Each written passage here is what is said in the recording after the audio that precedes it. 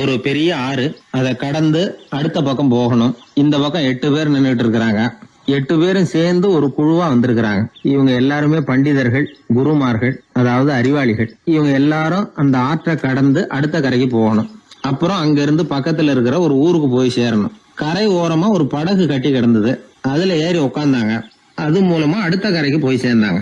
அங்க போய் கரையேறின உடனே அவங்களுக்குள்ள ஒரு விவாதம். அறிவாளிகள் இல்லையா, அதனால ஒருத்தர் சொன்னார், இந்த படகு நமக்கு உதவி செஞ்சிருக்குது. அது செஞ்ச உதவி மூலமா தான் நாம 8 பேரும் இந்த ஆற்றை கடந்து இந்த பக்கம் வந்திருக்கிறோம். இது செஞ்சிருக்கிற உதவிக்கு நாம நன்றி செலுத்தணும், பதில் மரியாதை செய்யணும். அதை எப்படி செய்யறது அப்படின்னார். இன்னொருத்தர் அதுக்கு ஒரு யோசனை சொன்னார். நமக்கு உதவி செஞ்சிருக்கிற இந்த படகுக்கு மரியாதையும் நன்றியும் செலுத்துகிற முறையில அதை நாம எல்லாரும் நம்ம தலைமையில சுமந்துகிட்டு போறதுதான் நியாயம். ஏன்னா நம்ம அது சுமந்தது இல்லையா, அதுக்கு பதிலா நாம அதை சுமக்கணும். அதுதான் சரியான நன்றியா இருக்கும் அப்படின்னார். இதுதான் சரியான யோசனைன்னு எல்லாரும் ஒத்துக்கிட்டாங்க. அவ்வளவுதான். உடனே அந்த படகை தூக்கி தலையில வச்சுக்கிட்டு 8 பேர் நடக்க ஆரம்பிச்சிட்டாங்க. அப்படியே அவங்க போக வேண்டிய கிராமத்துக்கு போய் சேர்ந்தாங்க. அந்த ஊர் மக்களுக்கு இது வேடிக்கையா இருந்தது. ஆச்சரியமா அவங்கள பார்த்தாங்க. ஏங்க, எதுக்காக இப்படி செய்யறீங்க அப்படின்னு கேட்டிருக்கிறாங்க. படகுங்கிறது மனிதர்களை கரை சேர்க்கறதுக்காகத்தானே இருக்குது.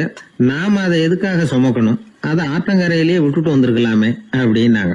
இதுக்கு அந்த 8 பேர்ல ஒருத்தர் சொன்னாராம், என்ன இப்படி சொல்றீங்க? உங்களுக்கு நன்றி உணர்வே கிடையாதா? நீங்க நன்றி கெட்டவங்களா இருக்கிறீங்க, நாங்க நன்றி உடையவர்களா இருக்கிறோம். நன்றி உடைமை அப்படின்னா என்னன்னு எங்களுக்கு தெரியும். அதனாலதான் எங்களை கரை சேர்த்த படகுக்கு நாங்க நன்றி செலுத்துறோம். இந்த படகு எப்பவும் எங்க தலைமையிலதான் இருக்கும் அப்படின்னார். இது புத்தர் சொன்ன ஒரு கதை. வழி இருக்கு பாருங்க, அதையே முடிவுன்னு நினைச்சு வாழ்நாள் பூரா புடிச்சுக்கிட்டு மனிதர்கள் துன்பப்படுறாங்க அப்படிங்கறது அவருடைய கருத்து. ஒரு மனிதன் ஜபம் பண்றான், வழிபாடு பண்றான், அது மூலமா ஒரு விழிப்புணர்வு கிடைச்சுட்டுதுன்னு வச்சுக்கோங்க. அதுக்கப்புறம் எதுக்கு அந்த ஜபமும் வழிபாடும்? தூக்கி எறிஞ்சிட வேண்டியதானே. ஆனா மனுஷன் அப்படி பண்றது இல்ல. வழிபாட்டையே லட்சியமா வச்சுக்கிட்டு அதையே கெட்டியா புடிச்சுக்குவான். அந்த ஜபத்துக்கு அவன் ஒரு கைதி ஆயிடுறான்.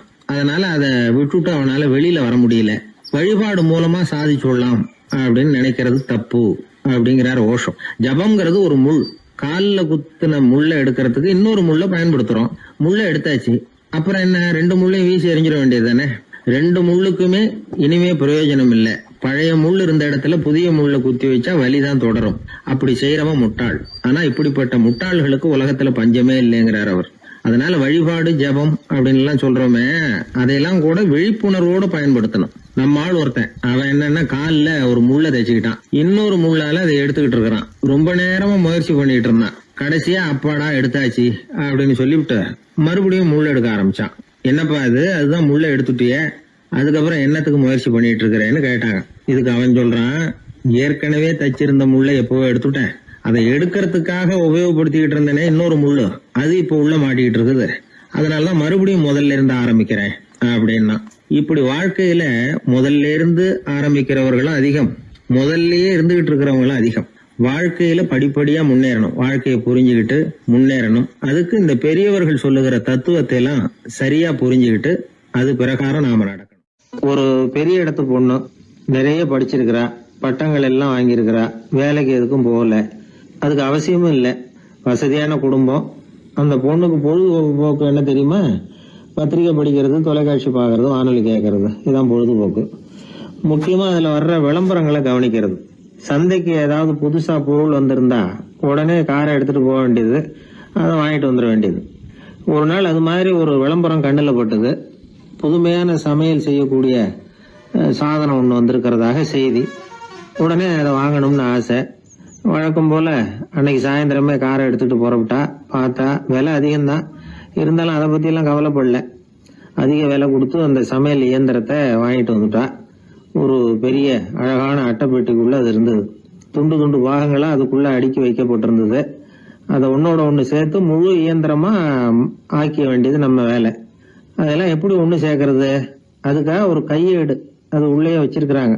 அந்த பொண்ணு வீட்டுக்கு வந்தா அட்டைப்பூட்டியை பிரிச்சா, ஒவ்வொரு துண்டு பாகத்தை எடுத்து வெளியில வச்சா, பக்கத்துல அந்த விவர புத்தகத்தை வச்சுக்கிட்டா. அது பிரகாரம் அந்த பாகங்களை இணைச்சு பார்த்தா சரியா வரல. மறுபடியும் எல்லாத்தையும் பிரிச்சு பரப்பி வச்சுட்டு ஆரம்பத்துல இருந்து வர்றா, அப்பவும் சரியா வரல. சரி, நேரம் அந்த கடைக்கு போய் அங்கிருந்தே ஒரு ஆளை அழைச்சிட்டு வந்துருவோம் அப்படின்னு சொல்லி காரை எடுத்துட்டு அவ புறப்பட்டா. கடையில இருந்து ஒரு ஆளை கையோட அழைச்சிட்டு வந்தா. 2 பேரும் வந்து சேர்ந்தாங்க. அங்க அவங்களுக்காக ஒரு ஆச்சரியம் காத்துக்கிட்டு இருக்கு வீட்டுல. என்ன ஆச்சுன்னா, அந்த சமையல் இயந்திரம் அழகா கோக்க போட்டு அங்க இருக்குது. அது மட்டும் இல்ல, அதுல சமையல் வேலையும் நடந்துகிட்டு இருக்குது. யார் அதை பண்ணது? அவளுக்கு ஆச்சரியம். சமையல் வேலை செய்கிற பணிப்பெண் அங்க வந்தா. வேலை செய்யறவோ, நான் தான் அதை செஞ்சேன்னா. அந்த பொண்ணுக்கு படிக்க தெரியாது, பள்ளிக்கூடத்துக்கே போனதில்லை, சமைக்க தெரியும், அவ்வளவுதான். படிப்பறிவு இல்லாத காரணத்தினால அந்த குறிப்பு புத்தகத்தையும் அவளால படிச்சிருக்க முடியாது. எப்படி இதை பொறுத்தனே அப்படின்னு ரொம்ப ஆச்சரியமா கேட்டாவோ. அந்த விவரம் தெரியாத பொண்ணு, பணி பொண்ணு சொல்றா, படிப்பறிவு இல்லாத போது மூளையை பயன்படுத்த வேண்டிய கட்டாயம் ஏற்படுது, வேற ஒண்ணும் இல்லை அப்படின்னாலாம். படிப்பு மூலமா அறிவை சேகரிச்சுக்கலாம், புத்திசாலித்தனத்தை சேகரிக்க முடியாது. தகவல் அறிவுங்கிறது ஞானம் ஆகாது அப்படின்னு சொல்லுவாங்க. அதுதான் இதுல முக்கியம். நம்மளும் ஒருத்தன் ரயில்ல பிரயாணம் பண்ணா, ராத்திரி பூரா பயணம், விடிஞ்சதும் பார்த்தா அவன் பொட்டியே காணல, யாரை திருடிட்டு போட்டாங்க. அதுக்காக இவன் கவலைப்படணும்ல, கவலைப்படல, சிரிச்சுக்கிட்டு இருக்கிறான். எதிரில் இருந்தவர் கேட்டார், ஏங்க பெட்டியை அவனோ எடுத்துட்டு போட்டானே, அதுக்காக கவலைப்படலையா நீங்க அப்படின்னார். நான் எதுக்காக கவலைப்படணும், அதோட சாவி என்கிட்ட தானே இருக்கு அப்படின்னு நானும். இவன் தந்தியை விட வேகமா போகக்கூடியது எது அப்படின்னு கேட்டார் ஒருத்தர். வதந்தின்னார் இன்னொருத்தர். அவர் அப்படி சொன்னதுல ஒன்னும் தப்பு இல்ல. வதந்தி வேகமா பரவறதுக்கு என்ன காரணம்? 1க்கு 2 மிகைப்படுத்தி சொல்ற மனுஷ சுபாவம் ஒரு காரணம், சொல்றத அப்படியே நம்புறது இன்னொரு காரணம். எப்பொருள் யார் யார் வாய் கேட்பினும் அப்பொருள் மெய்ப்பொருள் காண்பது அறிவு அப்படின்னாரு வள்ளுவர். யாரு எதை சொன்னாலும் அதை அப்படியே நம்ப கூடாது, அறிவு வேலை செய்யணும். அதுல எந்த அளவுக்கு உண்மை இருக்குது அப்படின்னு கண்டுபிடிக்கணும். முக்கியமான பொறுப்புல உள்ளவங்களுக்கு எல்லாம் இது ரொம்ப முக்கியமா தேவைப்படுகிற ஒரு தகுதி. ஒரு நாட்டுல ஒரு சாதாரண ஆள் ஒருத்தன் இருந்தான். அவங்கிட்ட ஒரு கழுதை இருந்தது, ரொம்ப பிரியமா வளர்த்தான். அவனுக்கு அது ரொம்ப நெருக்கமான நண்பன். வேற மனுஷங்க யாரும் கிடைக்கல போல இருக்குது. அந்த கழுதைக்கு கந்தர்வசேனன் அப்படின்னு பேர் வச்சான். அந்த பேரை சொல்லிதான் அவன் அதை கூப்பிடுறது வழக்கம். அவ்வளவு பிரியமா வளர்த்த அந்த கழுதை ஒரு நாள் திடீர்னு செத்து போச்சு. எப்படி இருக்கும் அவனுக்கு? ரொம்ப சங்கடப்பட்டான், சாப்பிட கூட பிடிக்கல. அவனுக்கு முகத்தை மூணு வச்சுக்கிட்டு அவன் பாட்டு உட்காந்துருக்கிறான். இந்த நேரம் பார்த்து அவனுக்கு வேண்டியப்பட்ட ஒருத்தன் அந்த பக்கமா வந்தான். அவனை பார்த்தான். ஏன்டா அப்படி உட்காந்துருக்கிற அப்படின்னு கேட்டான். கந்தர்வசேனை செத்து விட்டதா சொல்லி குலுங்கி அழ ஆரம்பிச்சுட்டான் இவன். கந்தர்வசேனன் யாருன்னு கேட்டான் இவன். அப்படி கேட்ட உடனே அவன் இன்னமும் சத்தம் போட்டு ஒவ்வொன்னு கத்த ஆரம்பிச்சுட்டான். துக்கம் அதிகமாயிட்டுது. அவன் அழற வேகத்தை பார்த்ததும், சரி கந்தர்வசேனன்கிறது முக்கியமான ஒரு பெரிய மனுஷன் போல இருக்கு அப்படின்னு இவன் முடிவு பண்ணிட்டான். நம்ம ஃப்ரெண்டோட துக்கத்தை நாமளும் பகிர்ந்துக்கணும்னு நினைச்சான். உடனே தலையை மொட்டை அடிச்சுக்கிட்டான், மீசை எடுத்துட்டான், கருப்பு உடை போட்டுக்கிட்டான். கந்தர்வசேனன் இறந்த செய்தி இப்படி காத்து வாக்குல பரவ ஆரம்பிச்சது ஊர் பூரா. ஊர்ல உள்ளவங்க எல்லாம் இந்த செய்தியை கேட்டதும் அவங்களும் தலையை மொட்டை அடிச்சுக்கிட்டு கருப்பு துணி போட்டுக்க ஆரம்பிச்சுட்டாங்க. ஒரே நாள்ல நகரம் பூராவும் துக்கத்துல ஆழ்ந்து போச்சு. எங்க பார்த்தாலும் மொட்டை தலை, கருப்பு துணி. அந்த நாட்டு அமைச்சர் இதை பார்த்தார். ஜனங்கள்லாம் வருத்தமா இருக்கிறாங்களே அப்படின்னு நினைச்சு சில பேரை கூப்பிட்டு விசாரிச்சார், என்ன விஷயம் அப்படின்னு. கந்தர்வசேனன் செத்துட்டார், அதனாலதான் இப்படி துக்கம் அனுஷ்டிக்கிறோம் அப்படின்னாங்க. அவராவது கொஞ்சம் யோசனை பண்ணி பார்த்திருக்கலாம்ல. கந்தர்வசேனன்னு சொல்றீங்களே, யார் அது அப்படின்னு விசாரிக்கலாம்ல. விசாரிக்கல. மக்கள் துயரத்துல நாமளும் பங்கு எடுத்துக்கணும் அப்படின்னு தான் அவர் நினைச்சார். அவரும் உடனே மொட்டை அடிச்சுக்கிட்டு கருப்பு சட்டை போட்டு ஆரம்பிச்சுட்டார். அமைச்சர் இப்படி இருக்காருங்கிற செய்தி அரசருக்கு எட்டுச்சு. அவர் என்ன பண்ணாரு, அவரும் மொட்டை போட்டுக்கிட்டு தூக்கம் அனுஷ்டிக்க ஆரம்பிச்சுட்டார். அன்னைக்கு ராத்திரி ராஜா மொட்டை தலையோட அந்த புறத்துக்கு வர்றார், முகத்தை முன்னு வச்சுக்கிட்டு. ராணி பார்த்தாங்க. என்னங்க இது, என்ன விஷயம், உங்க துக்கத்துக்கு என்ன காரணம்னு கேட்டாங்க. ராஜா ரொம்ப கவலையோட, கந்தர்வசேனன் செத்துட்டாராம், ஜனங்கள்லாம் வருத்தத்துல இருக்கிறாங்க, அதனால நானும் அவங்களோட துக்கத்துல பங்கெடுத்துக்கிறேன், ஒரு ராஜாவோட கடமை இல்லையா அது அப்படின்னார். அது சரி, கந்தர்வசேனன் யாரு, உங்க அப்பாவா அண்ணனா, எதுக்காக தலையை மொட்டை அடிச்சிங்க அப்படின்னு கேட்டாங்க ராணி. அதுக்கப்புறம் தான் ராஜா யோசிக்க ஆரம்பிச்சார். ஆமா, அதுவும் சரிதானே, நாம என்னத்துக்கு அவசரப்பட்டு இப்படி பண்ணோம் அப்படின்னு சொல்லி நினைச்சுக்கிட்டு அதுக்கப்புறம் அமைச்சரை கூப்பிட்டார். அப்புறம் விவரம் கேட்டார், யாருங்க இது கந்தர்வசேனங்கிறது யாருன்னு கேட்டார். அவரும் அதுக்கப்புறம் தான் யோசிக்க ஆரம்பிச்சார். அவரு ஜனங்களை கூப்பிட்டு விசாரிச்சார். ஒவ்வொருத்தரா விசாரிச்சுக்கிட்டே கடைசியா அந்த ஆளுகிட்ட போய் சேர்ந்தாங்க. கந்தர்வசேனன் யாருன்னு கேட்டாங்க. என்னோட கழுதைன்னு. ராஜாவும் மந்திரியும் தலையை தொங்க போட்டுக்கிட்டாங்க. எல்லாரும் சொல்றதையும் கண்ணை மூடிட்டு நம்ப ஆரம்பிச்சா கதை இப்படிதான் போய் முடியும். இந்த காலத்துல எல்லாம் சில பேர் சொல்ற விஷயம் கப்சா மாதிரி இருக்கும், ரீல் விடுறார் அப்படின்னு நினைப்போம். ஆனா அதுலயும் உண்மை இருக்கும். ஒருத்தர் ரொம்ப பெருமையா சொன்னார், சார் 10 பேர் ஒரே குடையில வந்தோம் சார், ஒரு சொட்டு தண்ணி கூட எங்க யார் மேலயும் படல சார் அப்படின்னார். 10 பேர் ஒரே குடையில வந்திருக்கிறாங்க, ஒரு சொட்டு தண்ணி கூட மேல படலையாம். பெருமையா சொன்னார். அது எப்படிங்கன்னு கேட்டோம். அவரு சொல்றாரு, ஏன்னா அப்ப மழையே பெய்யல சார் அப்படின்னார். நம்ம உடம்புல ரத்த அழுத்தம் இருக்குதே, அது நல்லதா கெடுதலாம். உடனே அது கெடுதல்னு தான் சொல்லுவோம். ஆனா உண்மை அது இல்லை. இயற்கையா உள்ள ரத்த அழுத்தம் நம்ம உடம்புக்கு தேவையான ஒண்ணு. அந்த அழுத்தம் அதிகமா போனாதான் கெடுதல். அததான் நாம பிபின்னு சொல்றோம். ஆனா அது உண்மையிலேயே உயர் ரத்த அழுத்தம், ஹைப்பர் டென்ஷன்.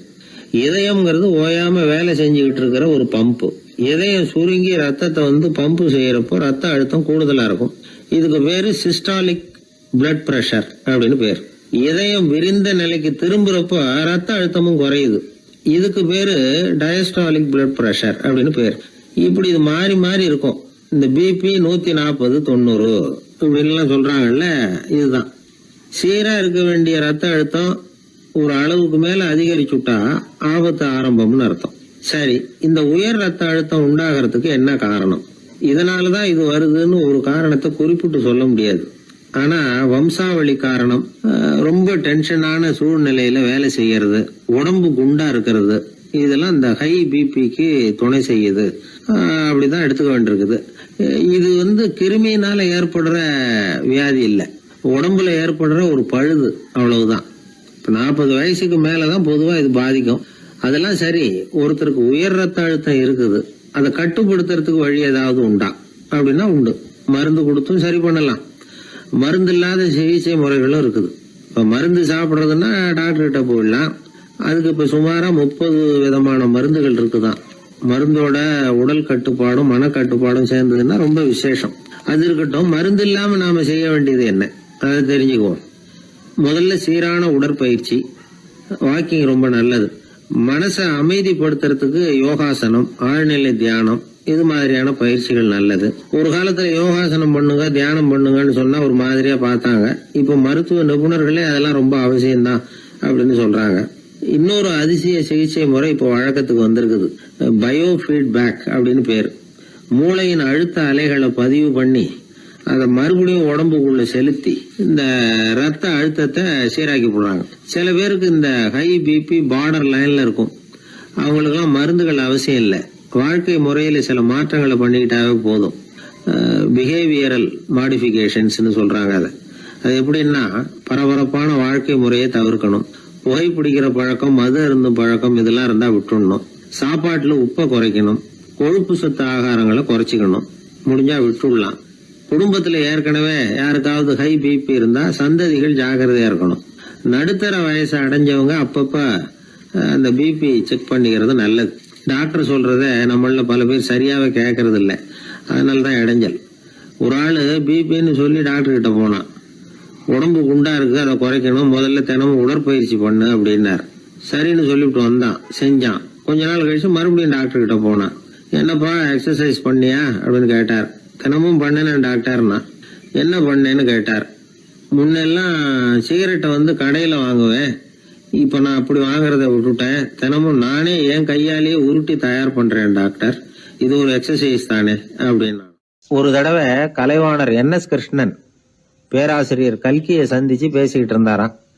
கலைவாணர் கல்கியை பார்த்து, எனக்கு கதை எழுத ஆசையா இருக்கு, எப்படி எழுதுறதுன்னு கேட்டாராம்.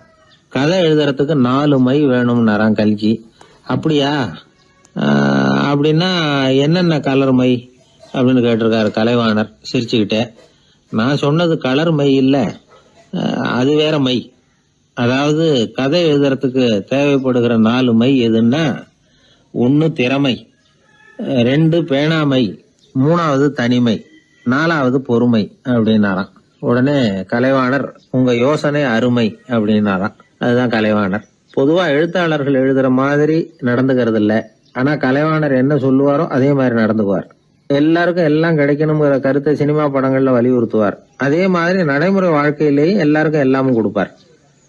பணம், பதவி, புகழ் இப்படி எதுவுமே இல்லாத ஒரு சாதாரண மனுஷனா இருந்தா கூட இவர் மனுஷனுக்கு கொடுக்கற மரியாதையில கொஞ்சமும் குறைச்சல் இருக்காது.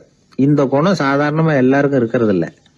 அவரு சினிமா தியேட்டருக்கு போய் சினிமா பாக்குறது வழக்கம். அவரு வந்திருக்கிறாருங்கிறது தெரிஞ்சா போதும், வெளியில பிச்சைக்காரங்க கூடிடுவாங்க. இது அவருக்கு தெரியும். வெளியில நம்மளை நம்பி ஒரு கூட்டம் காத்துக்கிட்டு இருக்குமேன்னு நினைப்பார். உடனே ஒரு 100 ரூபா நோட்டை கொடுத்து சில்லறையா மாத்திட்டு வர சொல்லுவார். படம் முடிஞ்சு வெளியில வர்றப்போ சில்லறையோட வருவார். எல்லாருக்கிட்டையும் கொடுத்துருவார். ஏன்னா எல்லாரும் தேடிட்டு வருவாங்க அவரை.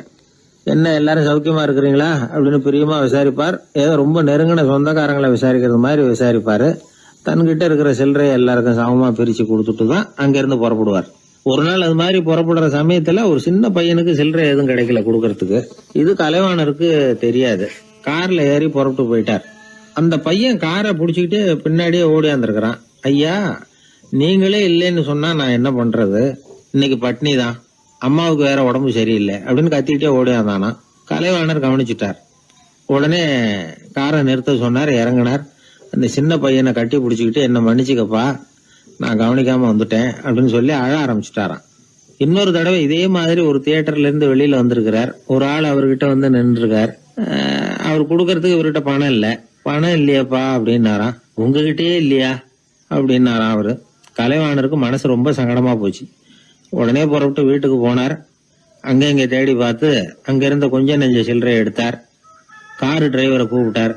தியேட்டர் வாசல்ல நின்றுகிட்டு இருந்த ஆசாமியோட அங்க அடையாளங்களை சொன்னார். காரை எடுத்துட்டு போய் அந்த ஆளை கண்டுபிடிச்சு இந்த காசை கொடுத்துட்டு வா அப்படின்னு அனுப்பி வச்சாராம். பிச்சை போடுறதுக்காக காரை அனுப்புனதாக வேற யார பத்தியாவது நீங்க கேள்விப்பட்டிருக்கிறீங்களா? அவர் ஒரு வித்தியாசமான மனிதர், வித்தியாசமான கலைஞர். கலைவாணரோட சகோதரர் கல்யாணம் நடந்தது. அதுல தியாகராஜ பாகவதர் கச்சேரி முடிஞ்ச உடனே அதுல சம்பந்தப்பட்ட கலைஞர்களுக்கெல்லாம் கலைவாணர் பரிசுகள் கொடுக்கிறார். அந்த கச்சேரியில கடம் வாசிச்சவருக்கு மட்டும் மத்த எல்லாருக்கும் கொடுத்ததை விட பெருசா ஒரு வெள்ளி கோப்பையை பரிசா கொடுத்தாராம். மத்தவங்களுக்கு எல்லாம் சின்னதா கொடுத்துட்டு கட வித்துவானுக்கு மட்டும் பெருசா பரிசு கொடுக்குறீங்களே ஏன்னு கேட்டிருக்கிறாங்க. அதுக்கு கலைவாணர் விளக்கம் கொடுத்தாராம். இப்பெல்லாம் ரயில்ல கூட்டம் அதிகங்கிறது உங்களுக்கு எல்லாருக்கும் தெரியும். இந்த வித்வான் இவ்வளவு பெரிய மண்பானைய ரயில்ல ரொம்ப பத்திரமா உடையாம ரொம்ப தூரத்துல இருந்து கொண்டு வந்திருக்கிறாரே, அது என்ன சாமான்யமான காரியமா? அவரோட அந்த சாமர்த்தியத்தை பாராட்டுறதுக்காக தான் அவருக்கு இவ்வளவு பெரிய பரிசு அப்படின்னா. ஒரு மனிதன் கோபப்படும் பொழுது அவனை நல்லா கவனிச்சு பாருங்க.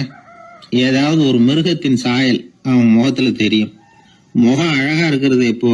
அவன் புன்னகையோட இருக்கிறப்பதான். கோபமா இருக்கிறப்ப முகம் அழகா இருக்காது. சார் கோபத்துல இருக்கார், இந்த கோபம் குறையறதுக்குள்ள ஒரு போட்டோ எடுத்துருங்க, அழகா இருக்கும் அப்படின்னு யாரும் சொல்றது இல்ல. போட்டோ எடுக்கிறவர் கூட எடுக்கிறதுக்கு முன்னாடி முகத்தை கொஞ்சம் சிரிச்ச மாதிரி வச்சுங்க சார் அப்படின்னு தான் சொல்லுவார். முகத்தை கொஞ்சம் கடுகடுப்பா வச்சுங்க சார், அப்பதான் நல்லா அமையும் அப்படின்னு நான் சொல்லுவாரு. ஒரு உண்மை என்ன தெரியுமா? கோபம் மனசையும் கெடுக்கும், உடம்பையும் கெடுக்கும். கோபப்படுகிறவர்களின் ஆயுள் காலம் குறைகிறது அப்படிங்கிறது விஞ்ஞான உண்மை. சிரிக்கிறவங்க ஆயுள் காலம் அதிகரிக்கிறது அப்படிங்கறதும் விஞ்ஞான உண்மை. கோபப்படுறவங்களை யாரும் விரும்புறதில்ல.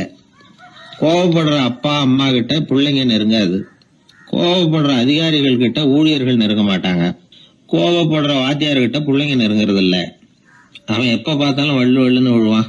அதனால எப்பவும் அவன் பக்கத்திலேயே இருக்கணும்னு ஆசைப்படுறேன் அப்படின்னு ஒருத்தன் சொன்னா அவனை இவன் வேடிக்கை பார்க்க ஆரம்பிச்சுட்டான் அப்படின்னு அர்த்தம். சரி, இந்த கோபம் எதனால வருது? இயலாமையினாலதான் வருதான். இப்ப நீங்க நினைக்கிறத நிறைவேற்றக்கூடிய சாமர்த்தியம் உங்ககிட்ட இல்லைங்கிறப்போ அது கோபமா வெளிப்படுது, அவ்வளவுதான். திறமை உள்ளவன் கோபப்பட வேண்டிய அவசியமே இல்லை. ஒரு உண்மையான கவிஞன் கிட்ட போய் ஒரு கவிதை எழுதி கொடுங்க அப்படின்னு சொன்னா அவன் உடனே எரிச்சல் அடையக்கூடாது. எரிச்சல் வந்தா அது அவனுடைய இயலாமையை காட்டுது. சிற்பி சிலை செதுக்கிறதுக்கு கோபப்படக்கூடாது. ஒரு அதிகாரி சொன்னார், நீங்க சொல்றதெல்லாம் சார் தான் சார், இருந்தாலும் கோவப்படலைன்னா வேலை நடக்காது சார், அதனாலதான் தினமும் ஆபீஸ்ல கத்திட்டு கிடக்குறேன் அப்படின்னார். ஆனா உண்மை என்ன தெரியுமா? கத்துறதுனால கத்துறதுதான் நடக்குமே தவிர காரியம் நடக்காது. வேலை நடக்கிறது மாதிரி ஒரு பாவனை நடக்கும், அவ்வளவுதான். தவறு செய்கிறவர்களுக்கு தண்டனை கத்துறது மட்டும் இல்ல, திட்டு வாங்குற யாரும் தான் செஞ்சது தவறுதான் அப்படின்னு ஒத்துக்கிறது இல்ல. அத அவங்க உணர்றதும் இல்ல. அப்படி இருக்கிறப்போ திட்டுறதுனால என்ன பிரயோஜனம்? திட்டுறதன் நோக்கம் என்ன? திட்டு வாங்குறவங்க திருந்தணுங்கிறது தானே. நோக்கம் நிறைவேறாதுன்னா எதுக்காக கத்தணும்? திட்டுறது மூலமாவே ஒருத்தனை திருத்த முடியும்னா திருடுறவனை எல்லாம் கூப்பிட்டு கொஞ்ச நேரம் திட்டி போயிட்டு வாப்பா, இனிமே நீ திருந்திவிட்ட அப்படின்னு சொல்லி வச்சுள்ளாமே. இதுல நாம முக்கியமா புரிஞ்சுக்க வேண்டியது என்னன்னா, கோபம்ங்கிறது நாம அடுத்தவங்களுக்கு கொடுக்கிற தண்டனை இல்ல, அது நமக்கு நாமே கொடுத்துக்கிற ஒரு தண்டனை. அடுத்தவங்களை திருத்துறதாக நினைச்சுக்கிட்டு நம்ம நாமே கெடுத்துக்கிற ஒரு முயற்சி. நம்ம மனசு கெட்டு போகுது, நம்ம உடம்பு கெட்டு போகுது, அதுதான் கண்ட பலன். நம்ம ஆள் ஒருத்தன் சொன்னா, நான் கோபம் வந்துட்டுதுன்னா அதை மனிதர்கள் மேல காட்ட மாட்டேன் சார், அவங்கள திருத்த முடியாதுன்னு எனக்கு தெரியும் அப்படின்னா. வேற என்ன பண்ணுவேன் அப்படின்னு கேட்டேன். பாத்திரங்கள் பேர்ல காட்டுவேன், வீட்டுல இருக்கிற பாத்திரங்களை எல்லாம் எடுத்து வெளியில வீசி எறிவேன் அப்படின்னா. அதனால கோபம் குறைஞ்சுதா அப்படின்னு கேட்டாங்க. எனக்கு குறைஞ்சுது, ஆனா எதிர்த்த வீட்டுக்காரனுக்கு அதிகமாயிட்டுதுன்னு நானும். அது எப்படிறான்னு கேட்டிருக்காங்க. நான் எனக்கு கோபம் வந்த உடனே நேரம் அவங்க வீட்டுக்குள்ள போய் அங்க இருக்கிற பாத்திரங்களை தான் எடுத்து வெளியில வீசி எறிகிறேன் அப்படின்னா. ஒரு வெளி தேசத்துல இருந்து ஒருத்தர் நம்ம நாட்டுக்கு வந்தார். இங்க ஒருத்தர் அவரை அன்பா கூப்பிட்டு உபசரிச்சார். ஒரு ஆரஞ்சு பழத்தை அவர்கிட்ட கொடுத்தார். கொடுத்து சாப்பிட சொன்னார். அவர் அதை வாங்கினார். அதை அப்படியும் அப்படியும் புரட்டி பார்த்தார். அவருக்கு ஒன்னும் புரியல. ஏன்னா அவர் தேசத்துல அது இல்ல போல இருக்கு. என்ன செய்யறதுன்னு அவருக்கு ஒன்னும் புரியல. அப்படியே கடிச்சு பார்த்தார். கசப்பா இருந்தது. தூக்கி எறிஞ்சுட்டார். அதை ஏன் தூக்கி எறிஞ்சுட்டீங்கன்னு கேட்டாரு இவர். கசக்குது, அதை எப்படி சாப்பிடுறது அப்படின்னாரு அவரு. அதை அப்படி சாப்பிடக்கூடாது, மேல உள்ள தோலை எடுத்து எரிஞ்சுடணும், இனிப்பான பகுதி உள்ள இருக்குது அப்படின்னு விவரம் சொன்னார் இவர். இப்படி சொன்னவர் ஒரு யோகி. வாழ்வின் வெளிப்பக்கத்திலேயே இருந்துகிட்டு இருந்தா கசப்பான பிரச்சனைகளையே சந்திக்க வேண்டியிருக்கும். உள்பக்கத்துக்கு போகணும், அப்பதான் அங்க இருக்கிற இனிப்பை உணர முடியும் அப்படிங்கிறார் அந்த யோகி. நாமெல்லாம் 2 வகையான வாழ்க்கை வாழறோமா. மேலோட்டமான வெளிப்படையா உள்ள வாழ்வுங்கிறது ஒண்ணு, உள்ளார்ந்த வாழ்வுங்கிறது ஒண்ணு. வாழ்வின் வெளிப்புறம் பிரச்சனைகளும் சவால்களும் நிறைஞ்சது, உள்புறம் அமைதியா இருக்கிறது. இந்த உள்பக்கத்துலதான் மகிழ்ச்சியான வாழ்வுக்கு தேவையான புதையல் இருக்குதான். யாரு கண்டா அந்த புதையல? ஆழ்நிலை தியானம் எல்லாம் பண்றாங்கல்ல, அது எதுக்காக? அந்த புதையலை கண்டுபிடிக்கிறதுக்கு தான். நாம் அந்த உள்பக்கத்துக்கு போய் அங்க உள்ள ஊக்க சக்தியையும் புத்திசாலித்தனத்தையும் பொறுக்கி எடுத்துக்கிட்டு அன்றாட வாழ்க்கையில அதையெல்லாம் உபயோகப்படுத்தணும். மனசு ஒரு குரங்கு மாதிரி அலையுதுங்கிறோம், அதை கட்டுப்படுத்த முடியலங்கிறோம். மனசு அலையிறது உண்மைதான். தேனி எதுக்காக அலையுது? தேனுக்காக அலையுது. அது மாதிரிதான் மனசும் அலையுது. மகிழ்ச்சி, சாந்தி இதுகளை தேடி அலையுது. மனசை உள்பக்கமா அலைய விடணும். மகிழ்ச்சியான வாழ்வுக்கு என்னென்ன தேவைங்கிறத இந்த யோகி சொல்றார். ஊக்கம், புத்திசாலித்தனம், அமைதி, சாந்தம். இது எல்லாம் நம்ம கிட்ட நமக்குள்ளேயே இருக்குது. அதனாலதான் சொர்க்கம் நமக்குள்ளேயே இருக்குன்னு சொல்றது. புதையல நமக்குள்ளேயே வச்சுக்கிட்டு அதை தேடி புலம்பிக்கிட்டு இருக்கிறது ரொம்ப வேடிக்கைங்கிறார் அவர். இதெல்லாம் கேட்கறப்போ உங்கள பல பேருக்கு கோபம் கூட வரலாம். என்ன சார் இது, இன்று ஒரு தகவல்ல ஏதாவது உபயோகமா சொல்லுவீங்கன்னு பார்த்தா இன்னமும் தத்துவம் எல்லாம் பேசிக்கிட்டு இருக்கிறீங்களேன்னு நினைக்கலாம் நீங்க. இதுவும் உபயோகமான விஷயம்தான். நாம தியானம் அது இதுன்னு எதுவும் பண்ணலன்னா கூட மனசுல அழுத்தமோ இறுக்கமோ இல்லாம எப்பவும் சந்தோஷமா இருக்கிறதுக்கு பழகிக்கிட்டா அதுவே போதும். ஏன்னா மன இறுக்கத்தினாலேயே ஏகப்பட்ட நோய்கள் வருதான். பெருவாரியான உடம்பு கோளாறுகளுக்கு வாழ்க்கையின் விரக்தியாலேயும் தோல்விகளாலேயும் ஏற்படுற மன இறுக்கம்தான் காரணம்ங்கிறது மருத்துவ ஆராய்ச்சி முடிவு. நான் இறுக்கம் இல்லாம இருக்கிறதுக்கு தான் பிரியப்படுறேன், இந்த சமூகம் அதுக்கு இடம் கொடுக்கலையே, என்ன பண்றது அப்படிங்கிறது சில பேரோட கேள்வி. இந்த சமூகத்தை சரி செய்ய வேண்டியது நாம தான். நம்மளை சரி பண்ணிக்க வேண்டியது நாம தான். நான் சரியா இருக்கிறேன், சமூகம் சரியில்லைன்னு அதை ஒதுக்கி பிரயோஜனம் இல்லை. ஒரு குடும்பஸ்தர், அவர் மனசுல எப்பவும் டென்ஷன். அவர் டென்ஷன் இல்லாம இருக்கிறதுக்கு பழகிக்கிட்டார். அதுக்கப்புறமா அவர் சொல்லுவார், நான் ஒன்னும் ஆழ்நிலை தியானம்லாம் பண்ணல, இருந்தாலும் என் மனசு எப்பவும் அமைதியா தான் இருக்குது. இவ்வளவுக்கும் எங்க வீட்டுல தினமும் என் சம்சாரத்துக்கும் எங்க அம்மாவுக்கும் சண்டை நடந்துகிட்டே தான் இருக்கும் அப்படிம்பார். அது சரிங்க, உங்க அம்மா ஒரு பக்கம், உங்க மனைவி ஒரு பக்கம், அவங்க 2 பேரும் சண்டை போடுறப்போ நீங்க எந்த பக்கம் இருப்பீங்க அப்படின்னு கேட்டார் ஒருத்தர். அந்த சமயம் நான் வீட்டுக்கு வெளிப்பக்கம் இருப்பேன் அப்படின்னார் அவர். அங்க ஒரு முனிவர் இருந்தார். சுவாமி, என்ன ஆசீர்வாதம் பண்ணுங்க, எனக்கு ஏதாவது புத்தி சொல்லுங்க அப்படின்னா அவர் ஆசீர்வாதம் பண்ணார். அதுக்கப்புறம் சொன்னார், மகனே, நீ எந்த காரியத்தை செஞ்சாலும் செய்யறதுக்கு முன்னாடி ஒரு தடவை அதனால ஏற்படக்கூடிய விளைவுகளை நல்லா யோசிக்கணும். உன் மனசுக்கு அது சரின்னு தெரிஞ்சா மட்டும் அதை செய்யணும் அப்படின்னார். அரசன் அவர் சொன்னதை அப்படியே மனசுல வாங்கிக்கிட்டான். அவர் காலடியில விழுந்து வணங்கினான். 100 பொற்காசுகளை அவர் காலடியில வச்சுட்டு திரும்பணும். அமைச்சர் இதை கவனிச்சார். என்ன இது, நம்ம அரசர் இவ்வளவு ஏமாளியா இருக்கிறாரு, இந்த ஒரு சாதாரண யோசனை சொன்னதுக்கு 100 பொற்காசுகள் கொடுத்துட்டாரு. அமைச்சர் இப்படி நினைக்கிறது அவர் முகத்தை பார்த்ததுமே அரசனுக்கு புரிஞ்சுட்டுது. இருந்தாலும் அதை பத்தி ஒன்னும் கேட்டுக்கல. 2 பேரும் திரும்பி அரண்மனைக்கு வந்து சேர்ந்தாங்க. அதுக்கப்புறம் அந்த அரசன் என்ன பண்ணான் தெரியுமா? காட்டுல முனிவர் சொன்ன அந்த புத்திமதியை ஒரு கல்லுல கல்வெட்டா செதுக்கணும். தன்னுடைய அறையில எல்லாரும் கண்ணிலையும் படும்படியாக அப்படி ஒரு இடத்துல பதிச்சு எல்லாரும் பாக்குறது மாதிரி பண்ணிவிட்டான். இப்போ அந்த அமைச்சருக்கு ஆச்சரியம், என்ன இது, நம்ம மன்னருடைய அறியாமையை புரிஞ்சுக்கவே முடியலையே, இத போய் கல்லுல செதுக்கி வைக்கணுமா, பேர்பட்ட அறிவுரையாது அப்படின்னு நினைச்சார். கொஞ்ச நாள் ஆச்சு. ஒரு நாள் அந்த மன்னருக்கு கடுமையான வயிற்று வலி. உடனே அரண்மனை வைத்தியரை கூப்பிட்டார். அவர் வந்து சேர்ந்தார். மன்னரை சோதிச்சு பார்த்தார். கொஞ்ச நேரம் இப்படியே படுத்துருங்க, நான் எங்க வீட்டுக்கு போய் இதுக்கு பொருத்தமா ஒரு மருந்து தயார் பண்ணிட்டு வரேன் அப்படின்னு சொல்லிட்டு ஓடினார். மருந்தோட திரும்பி அவர் வந்த சமயத்துல மன்னர் ஒரு கட்டில்ல கண்மூடி படுத்திருக்கிறார். பக்கத்துல யாரும் இல்ல. வைத்தியர் வந்தார். ஒரு சின்ன கோப்பையில கொஞ்சம் மருந்த ஊத்தினார். அப்படியே அங்க சுத்தி முத்தி பார்த்தார். ஏதோ ஒரு பொடிய வந்து அதுல கலந்தார். கலந்து எடுத்துக்கிட்டு மன்னரை நெருங்கினார். கொஞ்சம் யோசனை பண்ணார். அப்புறம் திரும்பி போனாரு. கையில இருந்த மருந்து அப்படியே கீழே கொட்டிட்டு வந்தார். அந்த கோப்பையை நல்லா கழுவி சுத்தம் பண்ணி விட்டு மறுபடியும் கொஞ்சம் மருந்த ஊத்திட்டு வந்தார். அதுக்கப்புறம் மன்னா அப்படின்னு சொல்லி மெதுவா கூப்பிட்டாரு. இவர் எழுந்திருச்சார். அப்புறம் இவரு சொன்னார், மன்னர் வைத்தியரே, நான் வந்து கண்ணை மூடிக்கிட்டு இருந்தாலும் அப்பப்ப கவனிச்சுக்கிட்டு தான் இருந்தேன். முதல்ல எதையோ கலந்தீங்க, அப்புறம் அதை கொட்டிவிட்டு வேற என்ன விஷயம், உண்மை சொல்லுங்க அப்படின்னு மிரட்டினார். வைத்தியர் மறந்து போட்டார். அப்படின்னு மன்னருடைய காலில் விழுந்தார். அதுக்கப்புறம் உண்மையை சொன்னார். மகாராஜா, உங்களுடைய படை தளபதி உங்களை கொல்றதுக்காக சதி பண்ணார். விஷம் கலந்து கொடுக்கும்படியாக சொன்னார். வெகுமதி நிறைய தர்றேன்னார். நானும் சரின்னு சொல்லிவிட்டு இங்க வந்தேன்.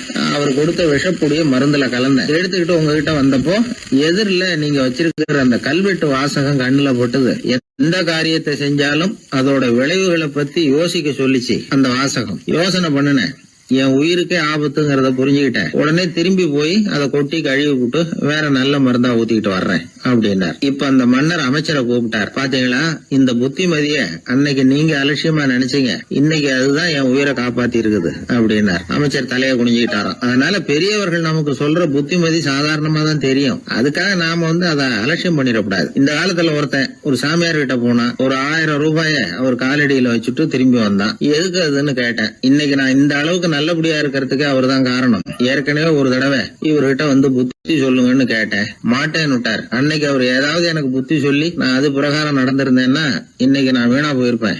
அதுக்காக ஒரு நன்றியை தெரிவிக்கிறதுக்காக தான் இன்னைக்கு வந்தேன், இந்த காணிக்கையை செலுத்துறேன் அப்படின்னு சொல்லிவிட்டு அவன் பாட்டு தெருவில் இறங்கி நடந்து போனான்.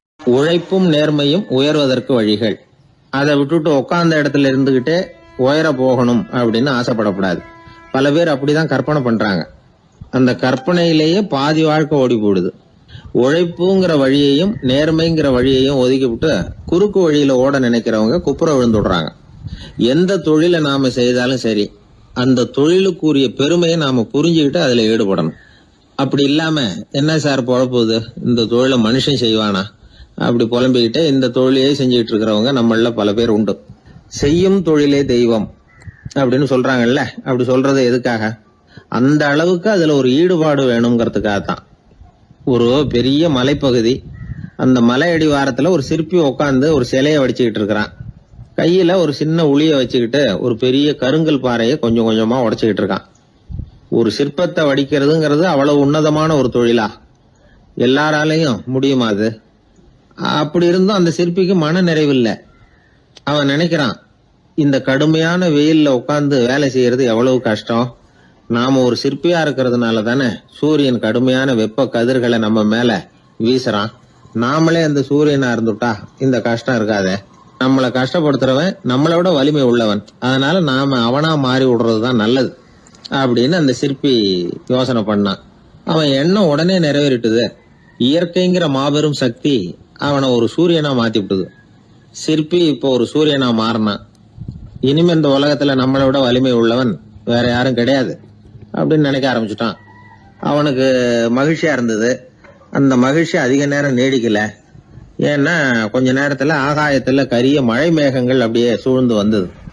சூழ்ந்து வந்த மேகங்கள் சூரியனை மறைக்க ஆரம்பிச்சது.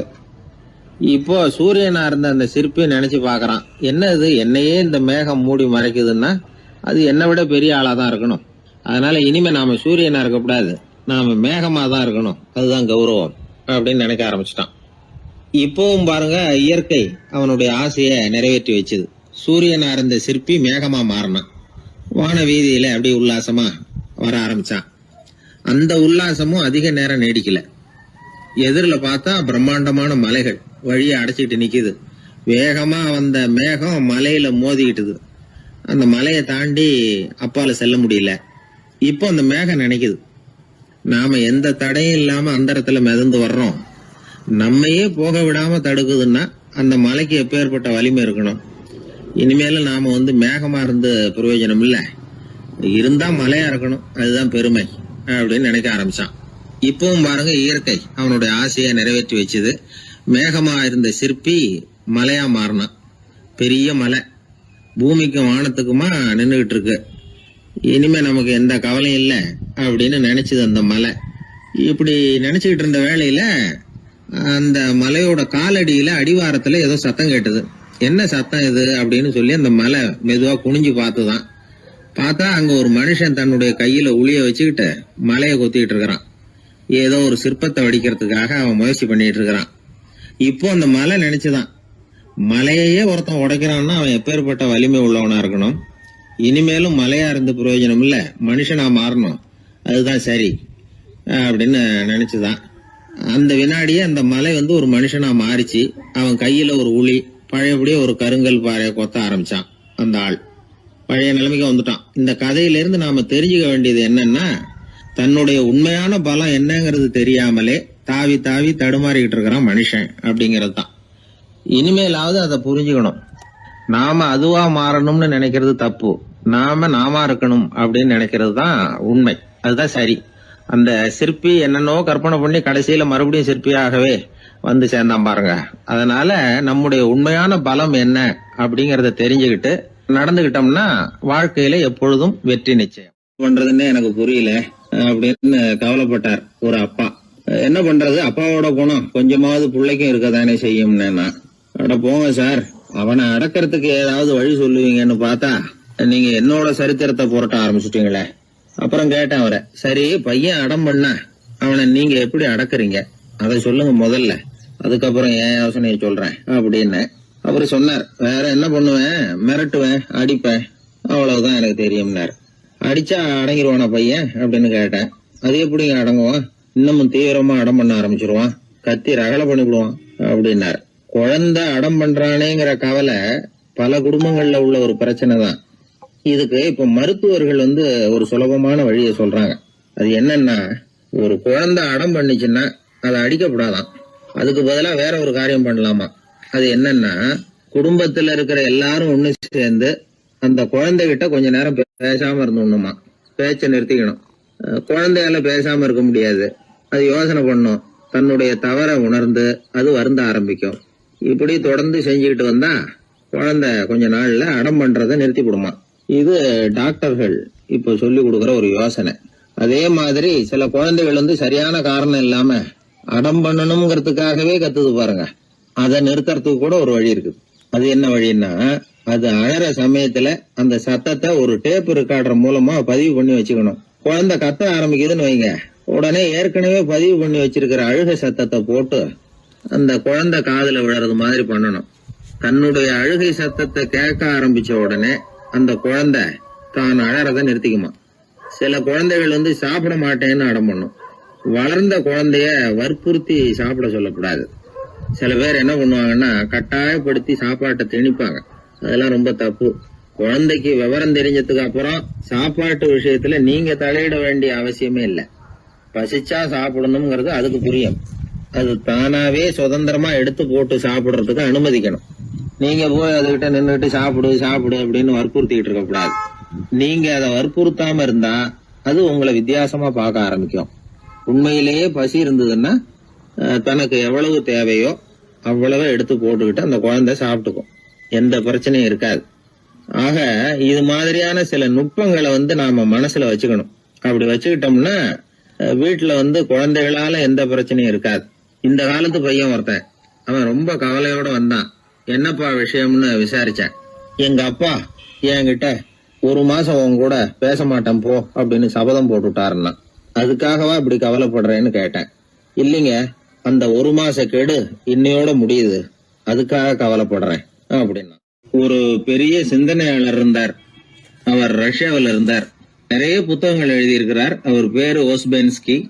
உலகின் மிகச்சிறந்த 3 புத்தகங்கள்ல ஒண்ணு இவர் எழுதியிருக்கிறார் அப்படின்னு கூட சொல்றது உண்டு. அப்பேற்பட்ட எழுத்தாளர். அந்த காலத்துல குருஜீஃப் அப்படின்னு சொல்லி ஒரு பெரியவர் இருந்தார். ரொம்ப எளிமையான வாழ்க்கை வாழ்ந்துகிட்டு இருந்தவர். இவரை தேடி அந்த எழுத்தாளர் வந்தார். ஐயா, உங்ககிட்ட சில கேள்விகள் கேட்டு விளக்கம் பெறலாம்னு வந்திருக்கிறேன்னார். உடனே அந்த பெரியவர் என்ன செஞ்சாரு தெரியுமா? ஒரு வெற்று காகிதத்தை எடுத்தார், அவர்கிட்ட கொடுத்தார். இந்தாங்க, இதை வச்சுக்கோங்க, நாம 2 பேரும் பேசுறதுக்கு முந்தி நீங்க ஒரு காரியம் பண்ணணும்னார். என்ன செய்யணும்னு சொல்லுங்கன்னார் அவரு. இந்த காகிதத்துல உங்களுக்கு தெரிஞ்சதெல்லாம் என்ன, தெரியாததெல்லாம் என்ன அப்படிங்கிற பட்டியலை எழுதிக்கிட்டு வாங்க. அதுக்கு பிறகு உங்களுக்கு தெரியாத விஷயங்களை பத்தி நாம 2 பேரும் உரையாடலாம். ஏன்னா உங்களுக்கு தெரிஞ்சதை பத்தி நாம பேசி பிரயோஜனம் இல்லை, தெரியாததை பத்தி பேசினாதான் உங்களுக்கு அது உபயோகமா இருக்கும் அப்படின்னார். இவர் இப்படி சொன்னது அந்த எழுத்தாளருக்கு கொஞ்சம் தர்ம சங்கடமா இருந்தது. நாம எப்பேற்பட்ட சிந்தனையாளர், நம்மள போய் இவர் இப்படி எழுத சொல்றாரு அப்படின்னு நினைச்சாரு. இருந்தாலும் அந்த பெரியவர் பேர்ல இவருக்கு ரொம்ப மரியாதை. அதனால அவர் கொடுத்த காகிதத்தை வாங்கிட்டு தனியா ஒரு இடத்துல போய் உட்கார்ந்தார். யோசிக்க ஆரம்பிச்சார். முதல்ல யோசிச்சார், கடவுளை எனக்கு தெரியுமா அப்படின்னு. கடவுளை பற்றித்தான் எனக்கு தெரியுமே தவிர கடவுளை தெரியாதுங்கிறது புரிஞ்சுது. அதனால தனக்கு தெரிந்த ஒரு விஷயம் கடவுள் அப்படின்னு அவரால் குறிப்பிட முடியல. அடுத்தபடி ஆத்மாவை பத்தி சிந்திச்சார். ஆத்மாவை பற்றித்தான் நமக்கு தெரியுமே தவிர ஆத்மா நமக்கு தெரிஞ்ச விஷயமா இருக்கல அப்படிங்கறது புரிஞ்சுது. அதனால ஆத்மாவையும் தெரிஞ்ச பட்டியல்ல சேர்க்க முடியல. இப்படி ஒவ்வொன்னா அவர் யோசிக்க யோசிக்க எதுவுமே நமக்கு தெரியலங்கிறது அவருக்கு தெளிவாச்சு. நேரா எழுந்திரிச்சு அந்த பெரியவர்கிட்ட போனார். ஐயா, உங்களை சந்திக்கிற வரைக்கும் எவ்வளவோ விஷயங்கள் எனக்கு தெரிஞ்சிருக்கிறதாக நினைச்சேன். ஆனா உங்ககிட்ட நிறைய கேள்விகள் கேட்கணுங்கிற ஆர்வத்தோட தான் வந்தேன்.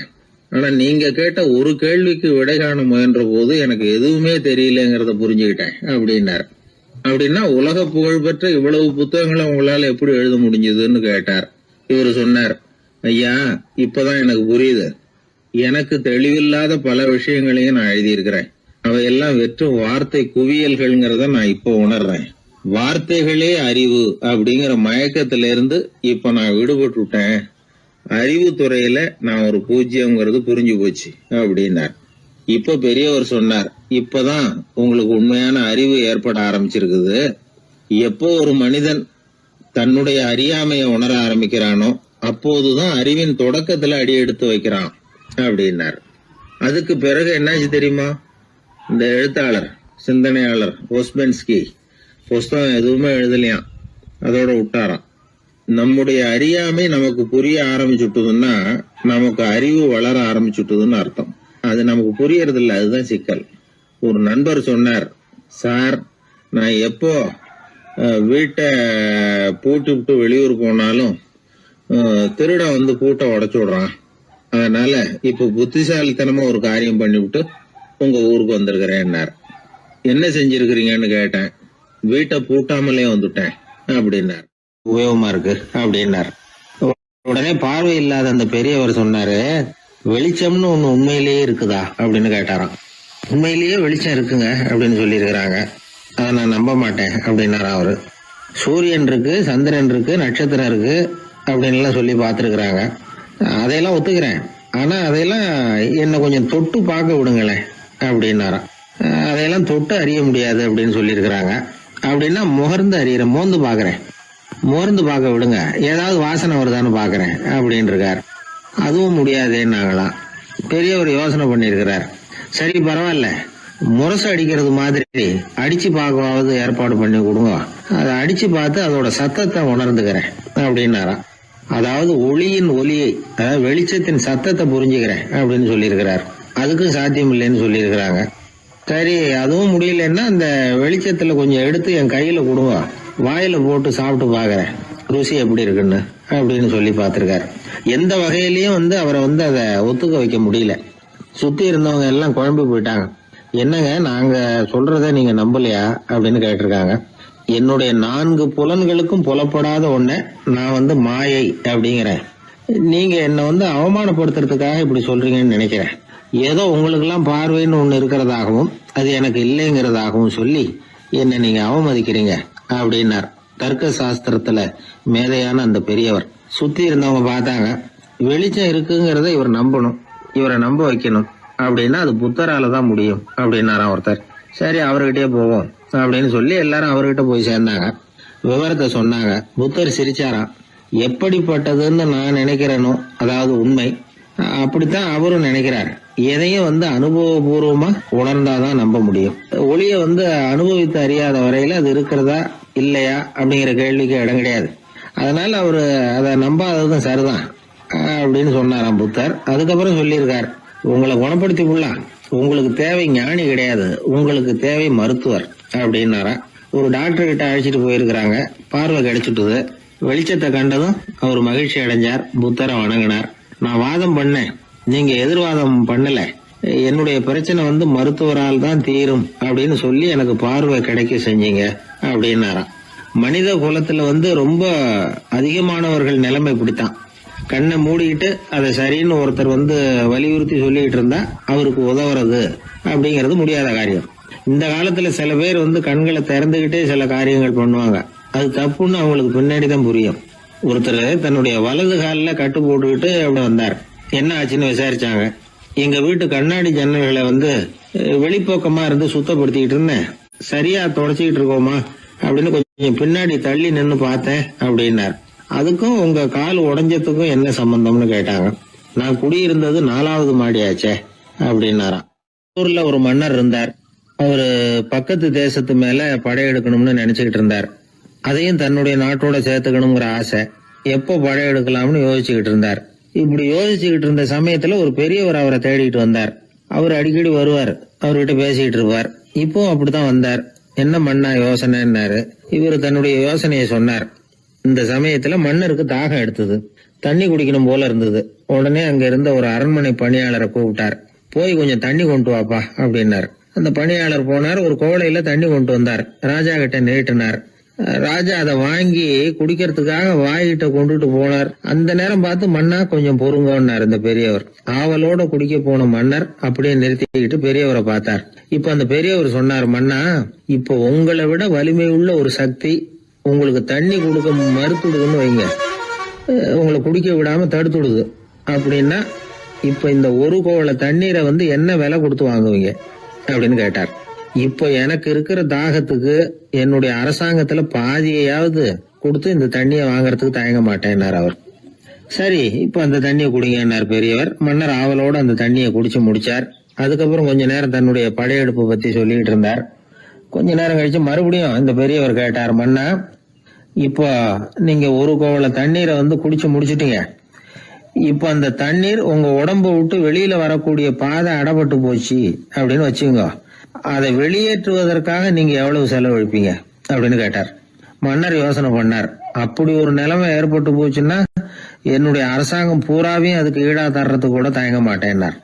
இப்ப அந்த பெரியவர் சொன்னார், எந்த அரசாங்கத்தின் மதிப்பு ஒரு கோவள தண்ணீர் அளவுக்கு கூட இல்லையோ அந்த அரசாங்கத்தை அடையணுங்கிற பேராசையில மனிதர்கள் தங்களுடைய சகோதரர்கள் கூடவே சண்டை போட்டுக்கிறாங்களே, அதுல ஏதாவது அர்த்தம் இருக்குதா அப்படின்னாராம்.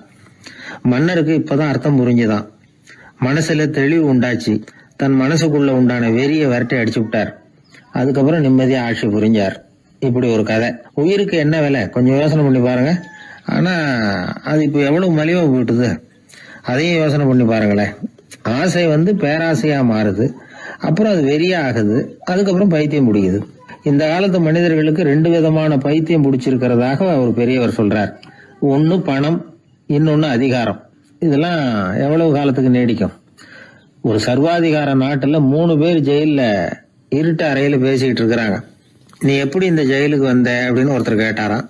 இந்த நாட்டு ராஜாவை ஆதரிச்சு நான் பிரச்சாரம் பண்ணினேன், அதனால கூட்டத்துல தகராறு வந்துட்டுது, கலவரமா போச்சு, அதுக்கு நான் தான் காரணம்னு அரெஸ்ட் பண்ணி இங்க கொண்டாந்து போட்டாங்க அப்படின்னாராம் அவரு. சரி நீ எப்படி இங்க வந்த அப்படின்னு இன்னொருத்தரை பார்த்து கேட்டிருக்காரு. நான் இந்த நாட்டு ராஜாவை எதிர்த்து பிரச்சாரம் பண்ணேன், அதனால கலவரம், அரெஸ்ட் பண்ணி கொண்டாந்து போட்டாங்கன்னார். சரிப்பா நீ எப்படி எங்க வந்த அப்படின்னு 3வது ஆளை பார்த்து இவங்க கேட்டாங்களாம். இதுக்கு அந்த ஆள் மெதுவா வெளிச்சத்துக்கு நான் தான் இந்த நாட்டு ராஜா அப்படின்னா. சில பேருக்கு தொட்டதெல்லாம் வெற்றியா முடியும், சில பேருக்கு தொட்டதெல்லாம் தோல்வியா முடியும். இதுல உள்ள ரகசியம் என்ன? அதை தெரிஞ்சுக்கணும்னா இந்த கதையை கேளுங்க. ஜப்பான்ல ஒரு பெரிய வீரர் இருந்தார். அவர் பேரு நொபுனாகா. அவர்கிட்ட இருந்த படை வீரர்கள் கொஞ்சம் பேர் தான். சிறிய படை பலத்தை வச்சுக்கிட்டு பெரிய பெரிய படைகளை எல்லாம் முறியடிச்சிருக்கிறார். அவர் அவ்வளவு சாமர்த்தியம் உள்ளவர்.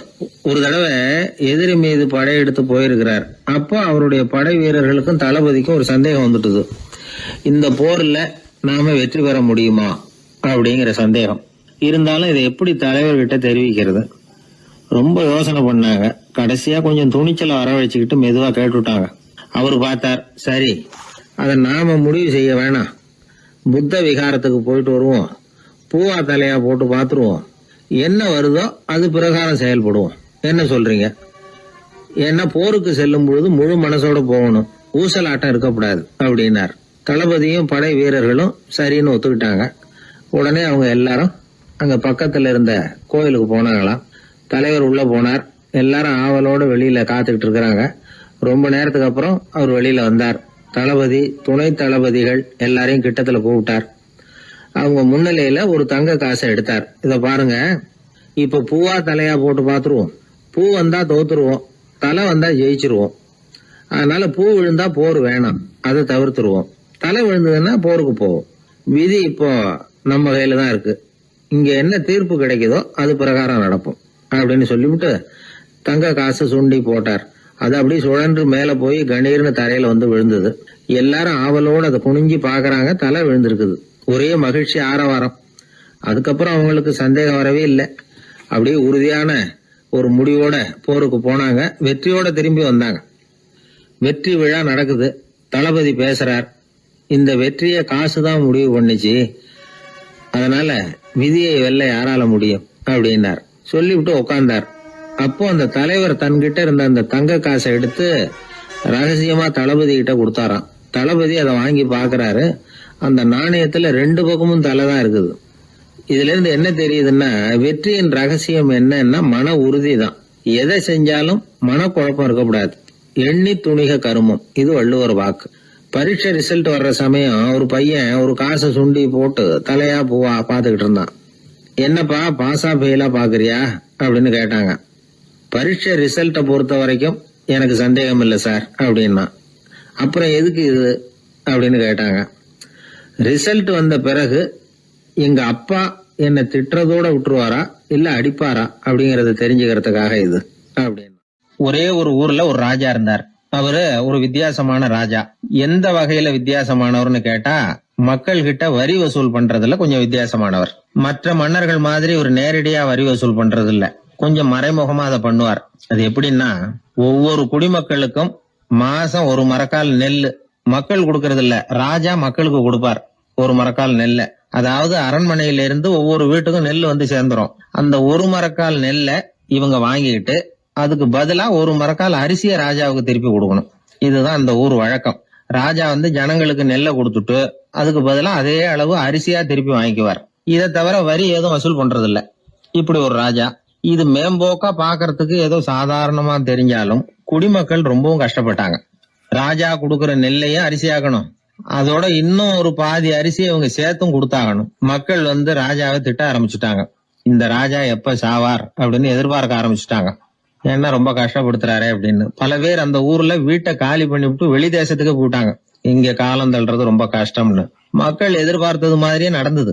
அந்த மன்னன் நோய் வந்து படுத்த படுக்கை ஆயிட்டான். ராஜா அப்படி சாக கிடக்குறாருன்னு தெரிஞ்சும் மக்கள் யாருமே வந்து பாக்கல. எப்படி பாப்பாங்க? அவர் தான் எப்ப போவாருன்னு பாத்துக்கிட்டு இருக்கிறாங்களே. என்னை ஏன் யாருமே வந்து பார்க்க மாட்டேங்கிறாங்க நம்ம குடிமக்கள்ல அப்படின்னு மந்திரி கிட்ட கேட்டார் ராஜா. நம்ம ஊர்ல மக்கள் எங்க இருக்காங்க பாக்குறதுக்குன்னாரு அவரு. ஏன் என்னாச்சு அவங்களுக்குன்னு கேட்டார். அமைச்சர் அப்பதான் அரசனுக்கு அவன் பண்ணின தவறை வந்து சுட்டி காட்டினார். மக்களுக்கு இழைத்த கொடுமையை எடுத்து சொல்லி புரிய வச்சார். அதுக்கப்புறம் தான் மன்னருக்கு ஞானோதயம் வந்தது. செய்த பாவங்களை எண்ணி வருத்தப்பட்டான். மெதுவா அமைச்சர் பக்கம் திரும்பி, எங்க என் புள்ளன்னு கேட்டான். அவர் எங்கேயாவது ஊர் சுத்திக்கிட்டு இருப்பார், சூதாட்ட விடுதிகள்ல கிடப்பார் அப்படின்னாரு அமைச்சர். அவன் எங்க இருந்தாலும் உடனே அழைச்சிட்டு வாங்கன்னு உத்தரவு போட்டார் ராஜா. அடுத்த நாளே இளவரசனை கொண்டாந்து நிறுத்தினாங்க. தந்தையே, என்ன செய்யணும்னா சொல்லுங்க அப்படின்னு கேட்டான் இளவரசன். அவர் சொன்னார், மகனே, மக்களுக்கு வந்து நான் பொல்லாதவன் ஆயிட்டேன், அவங்க எல்லாம் என்ன நல்லவன்னு சொல்லணும். அப்படி அவங்கள சொல்ல வைக்க வேண்டியது உன்னோட பொறுப்புன்னார். தந்தையே, நீங்க வந்து கவலைப்படாதீங்க, உங்களை ரொம்ப ரொம்ப நல்லவர்னு மக்கள் சொல்லும்படியாக நான் செய்யறேன் அப்படின்னா பையன். அதுக்கப்புறம் கொஞ்ச நாள்ல பையன் பட்டத்துக்கு வந்தான். அவன் என்ன பண்ணான், வரி வசூல் பண்ற முறையில ஒரு மாற்றத்தை உண்டு பண்ணான். என்ன மாற்றம் பண்ணனான்னா, ஒவ்வொரு வீட்டுக்கும் ஒரு மரக்கால் உமிய கொடுக்கறது, அதுக்கு பதிலா ஒரு மரக்கால் அரிசியை வாங்கிக்கிறது. அப்பா என்ன பண்ணாரு, நெல்லை கொடுத்துட்டு அரிசியா வாங்கினார். இவன் மகன் உமிய கொடுத்துட்டு அரிசியா வாங்கினான். கொஞ்ச காலம் ஆச்சு. ஒரு நாள் மந்திரியை கூப்பிட்டு கேட்டான், அமைச்சரே, நம்ம ஊர் மக்கள் என்ன பேசிக்கிறாங்க அப்படின்னு. உங்க அப்பா ரொம்ப நல்லவன்னு பேசிக்கிறாங்க அப்படின்னாரு அமைச்சர். எப்படி இருக்கு பாருங்க, இவன் பண்ற கொடுமையில அப்பன்காரன் ரொம்ப நல்லவன் ஆயிட்டான். அதாவது இளவரசனை விட பழைய மன்னரே ரொம்ப நல்லவர், ரொம்ப பாதி கஷ்டம் தான் இது முழு கஷ்டம்ங்கிறது மாதிரி ஆயிட்டுது. எப்படியோ அப்பாவுக்கு கொடுத்த வாக்க புள்ள காப்பாத்தி விட்டான்.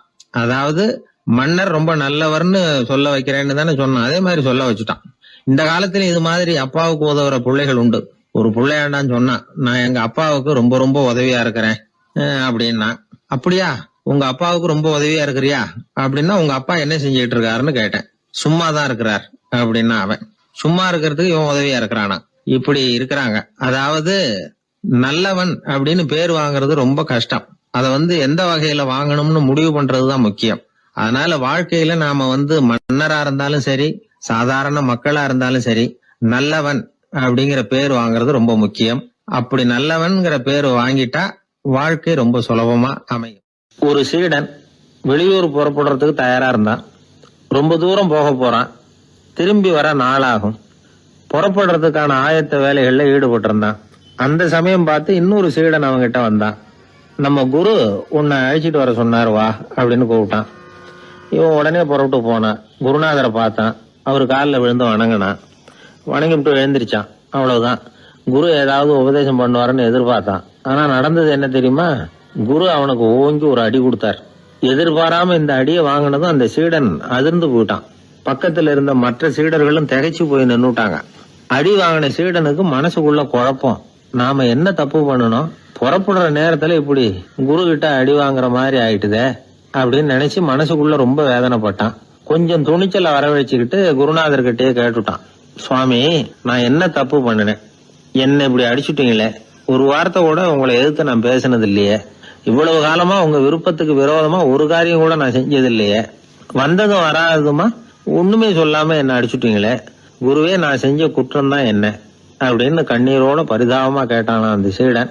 ஆனா அந்த குரு முகத்துல கொஞ்சம் கூட கோபம் இல்லை. அவர் சிரிச்சுக்கிட்டே நின்னுகிட்டு இருந்தாராம். அதுக்கப்புறம் சொன்னாராம், என்னுடைய அருமை சீடனே, நீ ஒரு தவறும் பண்ணல. நான் உன்னை அடிச்சது நீ ஏதோ தப்பு பண்ணிவிட்டேங்கிறதுக்காக இல்ல. நீண்ட பயணம் போக போற, ஞாபகமா ஏதாவது கொடுத்து அனுப்ப வேணாமா? நீ ஞானம் பெற்ற பிறகுதான் திரும்பி வர போறேங்கிறது எனக்கு தெரியும். அதுக்கு பிறகு உன்னை அடிக்க முடியுமா? அதனால இப்ப கிடைச்சிருக்கிற இந்த வாய்ப்பை பயன்படுத்திக்கிட்டேன். அப்போதைக்கு இப்பவே அடிச்சுட்டேன், அவ்வளவுதான், வேற ஒண்ணும் இல்லை அப்படின்னாராம். குரு சிரிச்சுக்கிட்டே இப்படி சொல்றார். இருந்தாலும் இதுவும் ஒரு உபதேசம் தான். அதிர்ச்சிகளால விழிப்படைய வைக்கிறதும் ஒரு வழிதான். இது ஜென் வழி. பெரும்பாலும் அதிர்ச்சியின் மூலமாகவே ஞான தரிசனத்தை அருள்கிறவர்கள் தான் ஜென் குருமார்கள். நம்ம தியானம் தான் ஜென்.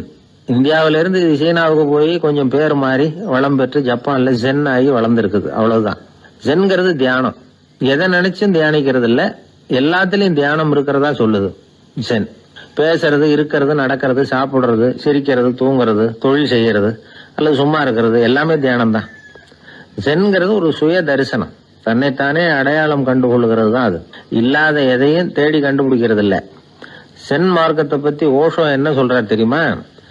காணாமல் போன தன்னுடைய மூக்கு கண்ணாடி தன்னுடைய மூக்கின் மேல் இருப்பதை கண்டுகொள்வது போன்றது சென் அப்படிங்கிறார். நம்மால் இன்னொருத்தர் முகத்தை ரொம்ப நேரமா உத்து பார்த்துக்கிட்டு இருந்தார். என்ன பாக்குறீங்கன்னாரு அவரு. நீங்க போட்டிருக்கீங்களே மூக்கு கண்ணாடி, அதை தான் பாக்குறேன்னாரு இவரு. நீங்க அப்படி பாக்குறதுக்கு விசேஷ காரணம் ஏதாவது உண்டான்னு கேட்டார் இவர். உண்டுன்னார். என்னன்னு கேட்டார். நேத்திக்கு காணாம போன என்னோட மூக்கு கண்ணாடி அது அப்படின்னாராம் இவர். ஒரு ஊர்ல ஒரு குரு இருந்தார். ஒரு நாள் அவரை தேடிட்டு ஒருத்தன் வந்தான். உனக்கு என்ன வேணும்னு கேட்டார் குரு. எனக்கு ஞான தெளிவு வேணும், அதுக்கு உங்க உபதேசம் எனக்கு தேவைன்னா. உபதேசம் வேணும்னா அதை பெற்றுக்கொள்ளுகிற அளவுக்கு தகுதி உள்ளவனா உன்னை தயார்படுத்திக்கணுமேன்னார்.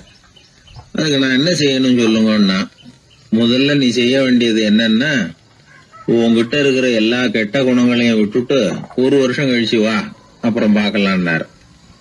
அவ்வளவுதானே, சரின்னு சொல்லிவிட்டு அவன் போயிட்டான். ஒரு வருஷம் கழிச்சு வந்தான். அவன் அங்க வந்து சேர்ந்த சமயத்துல அந்த ஆசிரமத்தின் மண் தரைய ஒரு வேலைக்காரன் பெருக்கி சுத்தம் பண்ணிட்டு இருக்கிறான். அந்த மண் தரையிலிருந்து எழுந்த புழுதி அதிகமா இருந்தது. அது காத்துல கலந்தது. சீடனையே மறைக்கிற அளவுக்கு ஆயிட்டுது. ஒரே புழுதி மயம். சீடனுக்கு கோபம் வந்துட்டுது. அந்த வேலைக்காரனை அடிக்கிறதுக்காக கைய வாங்கிட்டு போனான். அவன் ஓடி போய் குரு கிட்ட சொல்லிவிட்டான், குருவே, உங்க உத்தரவுப்படிதான் நான் தரையை சுத்தம் பண்ணேன். ஆனா அந்த ஆளு என்ன அடிக்க வர்றான் அப்படின்னா. குரு பார்த்தார், அந்த சீடனை கூப்பிட்டார். இத பாருப்பா, உன்னுடைய எண்ணங்கள்ல பாம்பு புகுந்துட்டுது. அதையெல்லாம் விரட்டி அடிச்சு விட்டு ஒரு வருஷம் கழிச்சு வா, அதுக்கப்புறம் பார்க்கலான்னு விட்டார். சீடன் யோசனை பண்ணான். சரின்னு சொல்லிட்டு போயிட்டான். ஒரு வருஷம் கழிச்சு மறுபடியும் வந்தான். இப்போ அவன் வர்ற சமயத்துல அந்த வேலைக்காரன் என்ன பண்ணான் தெரியுமா? குரு கட்டளைப்படி தரையை பெருக்கினான். அப்புறம் அந்த புழுதியை எடுத்து வேணும்னே அந்த சீடன் மேல தூவனான். அவ்வளவுதான். சீடனுக்கு மகாகம் வந்துட்டுது. அந்த வேலைக்காரனை பிடிச்சி கண்ணாமண்ணான்னு திட்டிவிட்டான். வேலைக்காரன் குரு கிட்ட ஓடனான். ஐயா, அந்த ஆளு வாய்க்கு வந்தபடியெல்லாம் திட்டுறான் அப்படின்னா. குரு பார்த்தார். ஓ அப்படியா? அப்படின்னா இந்த தடவை பாம்புகள் கிடையாது. இப்போ அவன் இதயத்துக்குள்ள நுழைஞ்சிருக்கிறது நாய். அதை விரட்டி அடிச்சு விட்டு இன்னும் ஒரு வருஷம் கழிச்சு அவனை வர சொல், அப்புறம் பார்க்கலாம் அப்படின்னு சொல்லி அனுப்பி வச்சுட்டார். சீடன் திரும்பி போயிட்டான். ஒரு வருஷம் கழிச்சு மறுபடியும் வந்தான்.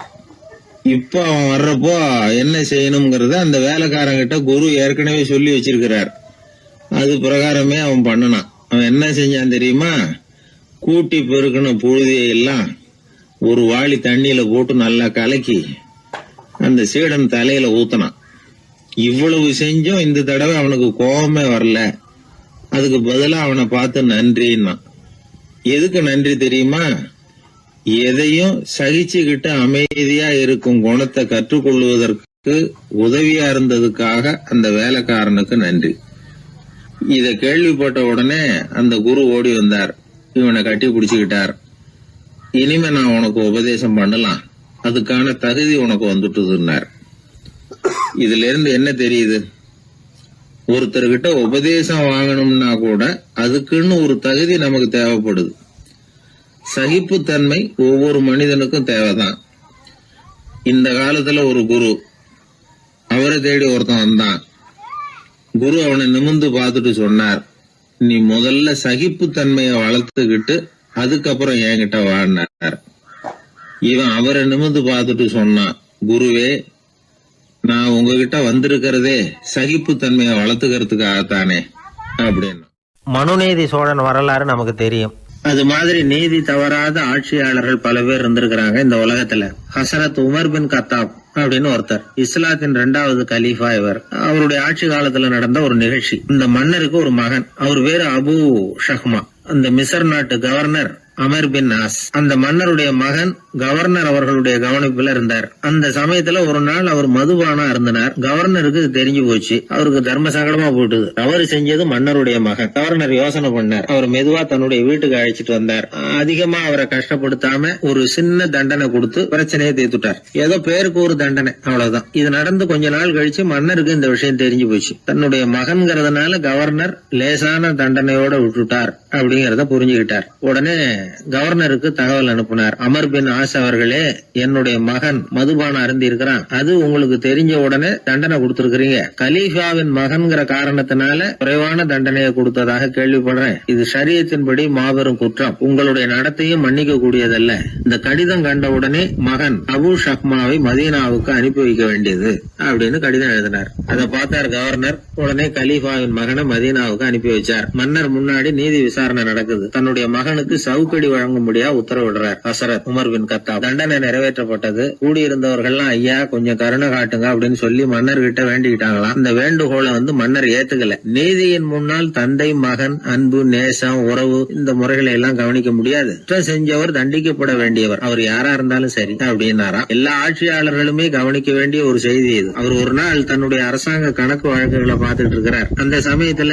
அவரை பார்க்க ஒரு பெரிய மனிதர் வந்தார். இவர் தன்னுடைய சொந்த வேலை காரணமா வந்திருக்கிற சொல்றார் அப்படிங்கறத அவர் புரிஞ்சுக்கிட்டார். உடனே அது வரைக்கும் எரிஞ்சுகிட்டு இருந்த விளக்க அணைச்சுட்டு இன்னொரு விளக்க ஏத்தி வச்சுக்கிட்டாராம். இந்த செயலுக்கு என்ன காரணம்னு கேட்டிருக்கிறார் வந்தவர். இதுக்கு அவரு சொன்னார், ஐயா நீங்க வந்த போது இங்க எரிஞ்சுகிட்டு இருந்தது அரசாங்க விளக்கு, இப்ப எரியறது சொந்த விளக்கு. சொந்த விஷயங்களை பேசுறப்போ அரசாங்க பணத்தை செலவு பண்ணக்கூடாது, அதனாலதான் விளக்க மாத்தனேன் அப்படின்னாராம். இப்படிலாம் பல பேர் இந்த உலகத்துல இருந்திருக்கிறாங்க. ஆனா இப்ப எல்லாம் பல பேர் அப்படி இருக்கிறது இல்ல. ஒருத்தர் அப்படிதான் அரசாங்க விஷயங்களை பார்த்துக்கிட்டு உட்கார்ந்து இருக்கிறார். அந்த சமயத்துல ஒரு பெரிய தொழில் அதிபர் அவரை பார்க்க வந்திருக்கிறார். இவரு சடார்னு எழுந்திருச்சு எரிஞ்சுகிட்டு இருந்த விளக்க அணைச்சுட்டார். எங்கும் ஒரே ஏன் விளக்க அணைச்சுட்டீங்கன்னு கேட்டிருக்கிறார் வந்தவர். இங்க நடக்கிறது மத்தவங்க கண்ணுல பற்றக்கூடாது அப்படிங்கறதுக்காக தான் விளக்க அணைச்சேன். நீங்க கொண்டு வந்திருக்கிறத அப்படி ஒரு ஓரமா வச்சுட்டு போடுங்க, அதுக்கப்புறமா விளக்க போட்டு நான் எடுத்துக்கிறேன் அப்படின்னாராம் இவர்.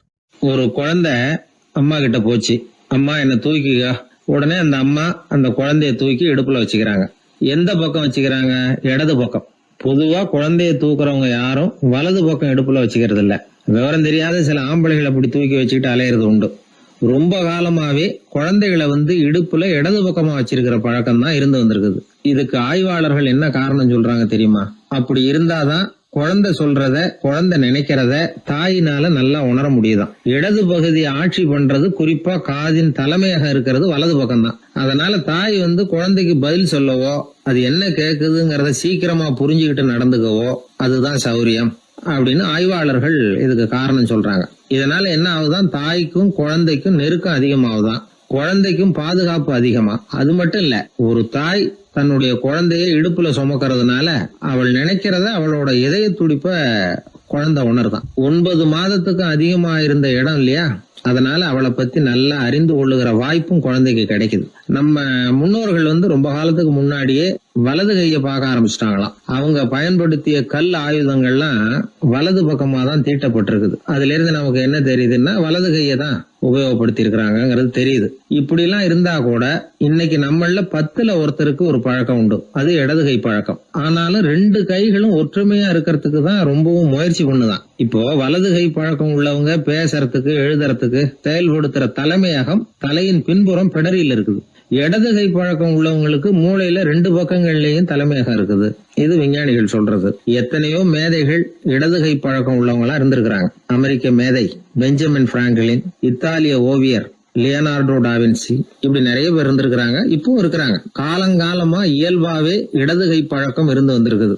அப்படி இருக்கிறப்போ வலது கை எப்போ இடது கைய வென்றது, ஜெயிச்சது அப்படிங்கிற விவரம் இன்னமும் யாருக்குமே புரியல, ஆய்வாளர்களுக்கும் புரியல. அவங்களும் யோசிச்சுக்கிட்டு இருக்கிறாங்க. உலகம் இடது பக்கமா தான் சுத்துது. வானத்துல இருக்கிற வெள்ளி வீதி, அப்புறம் அணுவுல இருக்கிற துணுக்குகள், உடம்புல இருக்கிற அமினோ அமிலம், இப்படி எல்லாமே இடதுபுறமா தான் இயங்கிட்டு இருக்குது. இவ்வளவு செய்திகள் இடது கைக்கு ஆதரவா இருக்கிறப்போ அது எப்படி வலது கை கிட்ட ஏமாந்தது அப்படிங்கிற ரகசியம் இன்னமும் யாருக்கும் தெரியலையா. இது சம்பந்தமா ஆராய்ச்சி பண்றவங்களுக்கு இது இன்னமும் ஒரு பிரச்சனையா தான் இருக்குதான். இப்படி இடது கை ஒதுங்கிட்டதுனால இப்பெல்லாம் வலது கைக்கு தான் மரியாதை அதிகமா போச்சு. ஒரு ஆசாமி இடது கையில கட்டு போட்டுட்டு வந்தானா, கையில என்னப்பா கட்டுன்னு விசாரிச்சிருக்கிறார் ஒருத்தர்.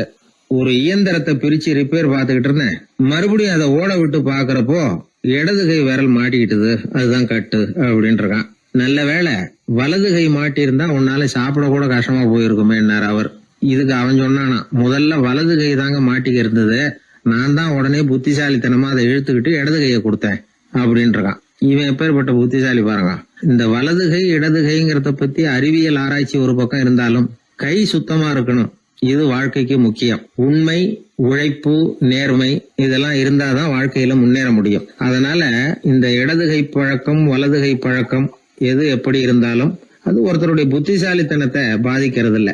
அதனால வாழ்க்கையில முன்னேறதுக்கு இது ஒரு இடைஞ்சலா இருக்கிறது இல்ல. நாம நம்ம உடம்பையும் புரிஞ்சுக்குவோம், மனசையும் புரிஞ்சுக்குவோம். அப்படி புரிந்து கொண்டு வாழ்க்கையில முன்னேறுவோம். ஒரு இளைஞன், வசதியான குடும்பம், அவனுக்கு வாழ்க்கையில நிம்மதி இல்ல, வாழவே பிடிக்கல, எல்லாம் வெறுத்து போச்சு.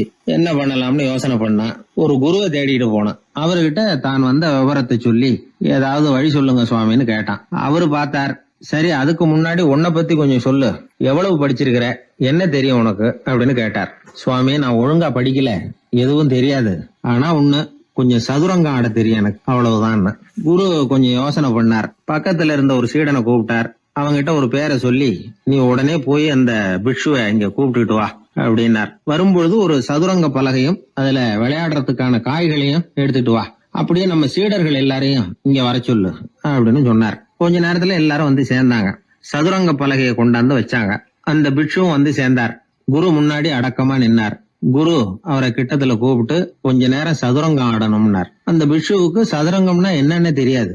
இருந்தாலும் மறுப்பு எதுவும் சொல்லல. குரு சொன்னார், பிட்சுவே, நீர் என்னுடைய சீடர், என்னுடைய பேச்ச மறுக்காதவர். உம்முடைய அடக்கத்தையும் பணிவையும் நான் அறிவேன். எனக்காக உயிரையும் கொடுக்கறதாக சொல்லியிருக்கிறீங்க. இப்போ அதுக்கான வாய்ப்பு வந்திருக்குது. நீங்க இந்த இளைஞனோட சதுரங்கம் ஆடணும். தோத்து போனா இந்த வாளால தலையை சீவி விடுவேன். ஆனா இறந்தாலும் உமக்கு சொர்க்கம் நிச்சயம். நீங்கள் வெற்றி பெற்றுட்டா தோற்று போன இந்த இளைஞனின் தலையை சீவி விடுவேன். சரி, இப்போ நீங்க ஆட ஆரம்பிக்கலாம்னார். ஆட்டம் ஆரம்பமாச்சு. அந்த பிட்சு முகத்துல சலனமே இல்ல. சாவை பத்தி கவலைப்பட்டதாவே தெரியல. எதுவும் புரியலன்னாலும் குருவின் கட்டளைங்கிறதுனால ஏதோ ஒரு காயை நகர்த்திட்டு இருந்தார். சுத்தி இருந்த சீடர்கள் முகத்துல திகில், பயம், பாவம், நம்ம பிட்சு நிலைமை இப்படி ஆயிட்டுதே அப்படிங்கிற கவலை. குரு கையில பெரிய வாள் பளபளப்பா தயாரா இருக்குது. பிட்சு காயை நகர்த்துறது ஆரம்பத்திலேயே ஆச்சரியமா தெரிஞ்சாலும் அவருக்கு சதுரங்கம் பத்தி எதுவுமே தெரியாதுங்கிறது இளைஞனுக்கு புரிஞ்சு போச்சு. அவனுக்கு உற்சாகம் வந்துட்டது. சுறுசுறுப்பா காய்களை நகர்த்த ஆரம்பிச்சான். பிட்சு கொஞ்சம் கொஞ்சமா தோத்துக்கிட்டே வந்தார். சுத்தி இருக்கிற சீடர்கள் முகத்துல சொல்ல முடியாத வேதனை. இளைஞன் முகத்துல மகிழ்ச்சி. நிமிர்ந்து பார்த்தான் எதிரில இருந்த பிட்சுவை. அவர் முகத்தை பார்த்ததும் இவனுக்கு ரொம்ப பாவமா இருந்தது. அந்த முகத்துலதான் எவ்வளவு சாந்தம், எவ்வளவு இனிமை, அவர் கண்கள்ல எவ்வளவு கருணை. இவர் சாகத்தான் வேணுமா? இளைஞன் யோசிக்க ஆரம்பிச்சான். நாம இறந்து போனா யாருக்கும் எந்த இழப்பும் இல்ல. வீணாகி போன தன்னுடைய வாழ்வும் சாவும் யாரையும் பாதிக்க போறதில்ல. ஆனா துறவியும் ஞானியுமான கருணை மிக்க இந்த பிட்சு இறந்தா அது எவ்வளவு பெரிய இழப்பு. அதுக்கு நாம காரணமா இருக்கிறதா அப்படின்னு நினைச்சு பார்த்தான் அந்த இளைஞன். உடனே கண்ணாமண்ணான்னு விளையாட ஆரம்பிச்சுட்டான். அதாவது தான் தோத்து போகணுங்கிறதுக்காகவே. ஆட்டத்தை கூர்ந்து கவனிச்சுக்கிட்டு இருந்த குரு திடீர்னு சதுரங்க பலகையை கழுத்து தள்ளினார். காய்கள்லாம் செதறி போட்டுது. எல்லாரும் திகைச்சு போட்டாங்க. யாருக்கும் வெற்றி தோல்வி இல்லைன்னு அறிவிக்கிறேன்னாரு குரு. தம்பி, உன்னுடைய மன ஒருமைப்பாட்டை கவனிச்சேன். முழுமையா ஆட்டத்துல மூழ்கி போனதையும் பார்த்தேன். கடைசியில உயிர் தியாகம் பண்ண முடிவெடுத்து தாறுமாறா ஆட ஆரம்பிச்சதையும் கவனிச்சேன். வாழ்க்கை என்னங்கிறதும் எந்த வாழ்க்கை பயனுள்ள வாழ்க்கைங்கிறதும் உனக்கு புரிஞ்சுட்டுது. இப்ப இங்க அதை நீ கத்துக்கிட்ட. உன்னுடைய மனம் பக்குவ நிலை அடைஞ்சுட்டுது. தியாகம் உன்னுடைய இதயத்துல குடி வந்துட்டுது. அது எங்க இருந்தாலும் நல்லதுதான். உனக்குள்ள இருந்துதான் அந்த தியாகம் வந்திருக்கு. அதை நீ அடையாளம் கண்டுபிடிச்சுக்கிட்ட. நீ இனிமே கொஞ்ச காலம் இங்கேயே இருந்துட்டு போகலாம். உன்னுடைய வாழ்வு பயனுள்ள வாழ்வா மாறும் அப்படின்னு சொல்லி அந்த குரு ஆசீர்வாதம் பண்ணார். இந்த காலத்திலயும் ஒருத்தர் அது மாதிரி தன்னுடைய வாழ்க்கையை பயனுள்ளதாக ஆக்கிக்கணும்னு ஆசைப்பட்டார். உடனே சதுரங்கம் ஆட ஆரம்பிச்சார். அப்புறம் சீட்டாட ஆரம்பிச்சார். கொஞ்ச நாள் கழிச்சு அவரை பார்த்த நண்பர் ஒருத்தர் கேட்டார், என்னங்க சீட்டாட ஆரம்பிச்ச பிறகு வாழ்க்கை பயனுள்ளதா ஆச்சா அப்படின்னு கேட்டார். ஆச்சுன்னார் அவர். யாருக்கு, உங்களுக்கான்னு கேட்டார். இல்லைங்க, நான் யாரோட ஆடுனோ அவருக்கு வாழ்க்கை பயனுள்ளதா ஆச்சு அப்படின்னு ஒரு விளக்கம் கொடுத்தாராம். அதனால வாழ்க்கைங்கிறது ரொம்ப நுட்பமான ஒன்று. அந்த நுட்பமான வாழ்க்கையை புரிஞ்சுக்கிட்டு அதுக்கப்புறம் அதை பயனுள்ளதாக மாற்றிக்கொள்ள வேண்டியது மனிதர்களுடைய கடமை. விளையாடுறது வழக்கம். மரத்துக்கு அந்த பையன் பேரில் ஒரு பாசம் உண்டாக ஆரம்பிச்சுட்டுது. பையன் அந்த மரத்தில் உள்ள பூக்களை பறிக்கணும், பழங்களை பறிக்கணும்னு ஆசைப்பட்டான். அதுக்காகவே அந்த மரம் தன்னோட கிளைகளை வளைச்சி அவனுக்கு எட்டுற அளவுக்கு தலையை சாய்ச்சி கொடுக்குது. பையன் பூக்களை பறிக்கிறான். மரம் சந்தோஷப்படுது. மரம் அன்பின் அடையாளம். அதனால் அது கொடுக்கறதுல சந்தோஷப்படுது. மனிதன் ஆணவத்தின் அடையாளம். அதனால் இவன் பறிக்கிறதுல சந்தோஷப்படுறான். பையன் வளர்ந்தான். அந்த மரத்தின் மடியிலேயே படுத்து தூங்கினான். பூக்களை பறித்து மலர் கிரீடம் பண்ணி தலையில் சூடிக்கிட்டான். பழங்களை பறித்தான், சாப்பிட்டான். அதை பார்த்து அந்த மரம் சந்தோஷப்பட்டுது. கொஞ்ச நாளாச்சு. பையன் இன்னும் கொஞ்சம் பெரியவனானான். அந்த மரத்து மேலே ஏறி கிளையில் உட்காந்துக்கிட்டு ஊஞ்சல் ஆட ஆரம்பித்தான். அவனுக்கு சௌகரியத்தை கொடுக்கறதுல மரத்துக்கு ஆனந்தம், மரத்துக்கு அசௌகரியத்தை கொடுக்கறதுல அவனுக்கு ஆனந்தம். இது அன்புக்கும் ஆணவத்துக்கும் உள்ள வித்தியாசம். பையன் இன்னும் கொஞ்சம் வளர்ந்தான். அவனுக்கு கடமை, லட்சியம் எல்லாம் சேர்ந்தது. படித்து பரீட்சை எழுதி பாஸ் ஆக வேண்டியிருந்தது. அதனால் மரத்துக்கிட்ட வர்றதில்லை அவன். ஆனால் மரம் இவனுக்காக காத்துக்கிட்டு இருக்குது. இவன் உலக விஷயங்களில் மூழ்கிட்டான். தற்செயலாக ஒரு நாள் அந்த பக்கமாக போனான். மரம் அவனை பார்த்துது. மறந்துட்டியா என்ன, நான் உன்னை பார்க்கணும்னு ஆவலாக காத்துக்கிட்டு இருக்கேனே அப்படின்னுது. இவன் பார்த்தான். நீ என்ன வச்சிருக்கிற, நான் உங்ககிட்ட ஏன் வரணும், உங்ககிட்ட பணம் இருக்குதா சொல்லு, வர்றேன்.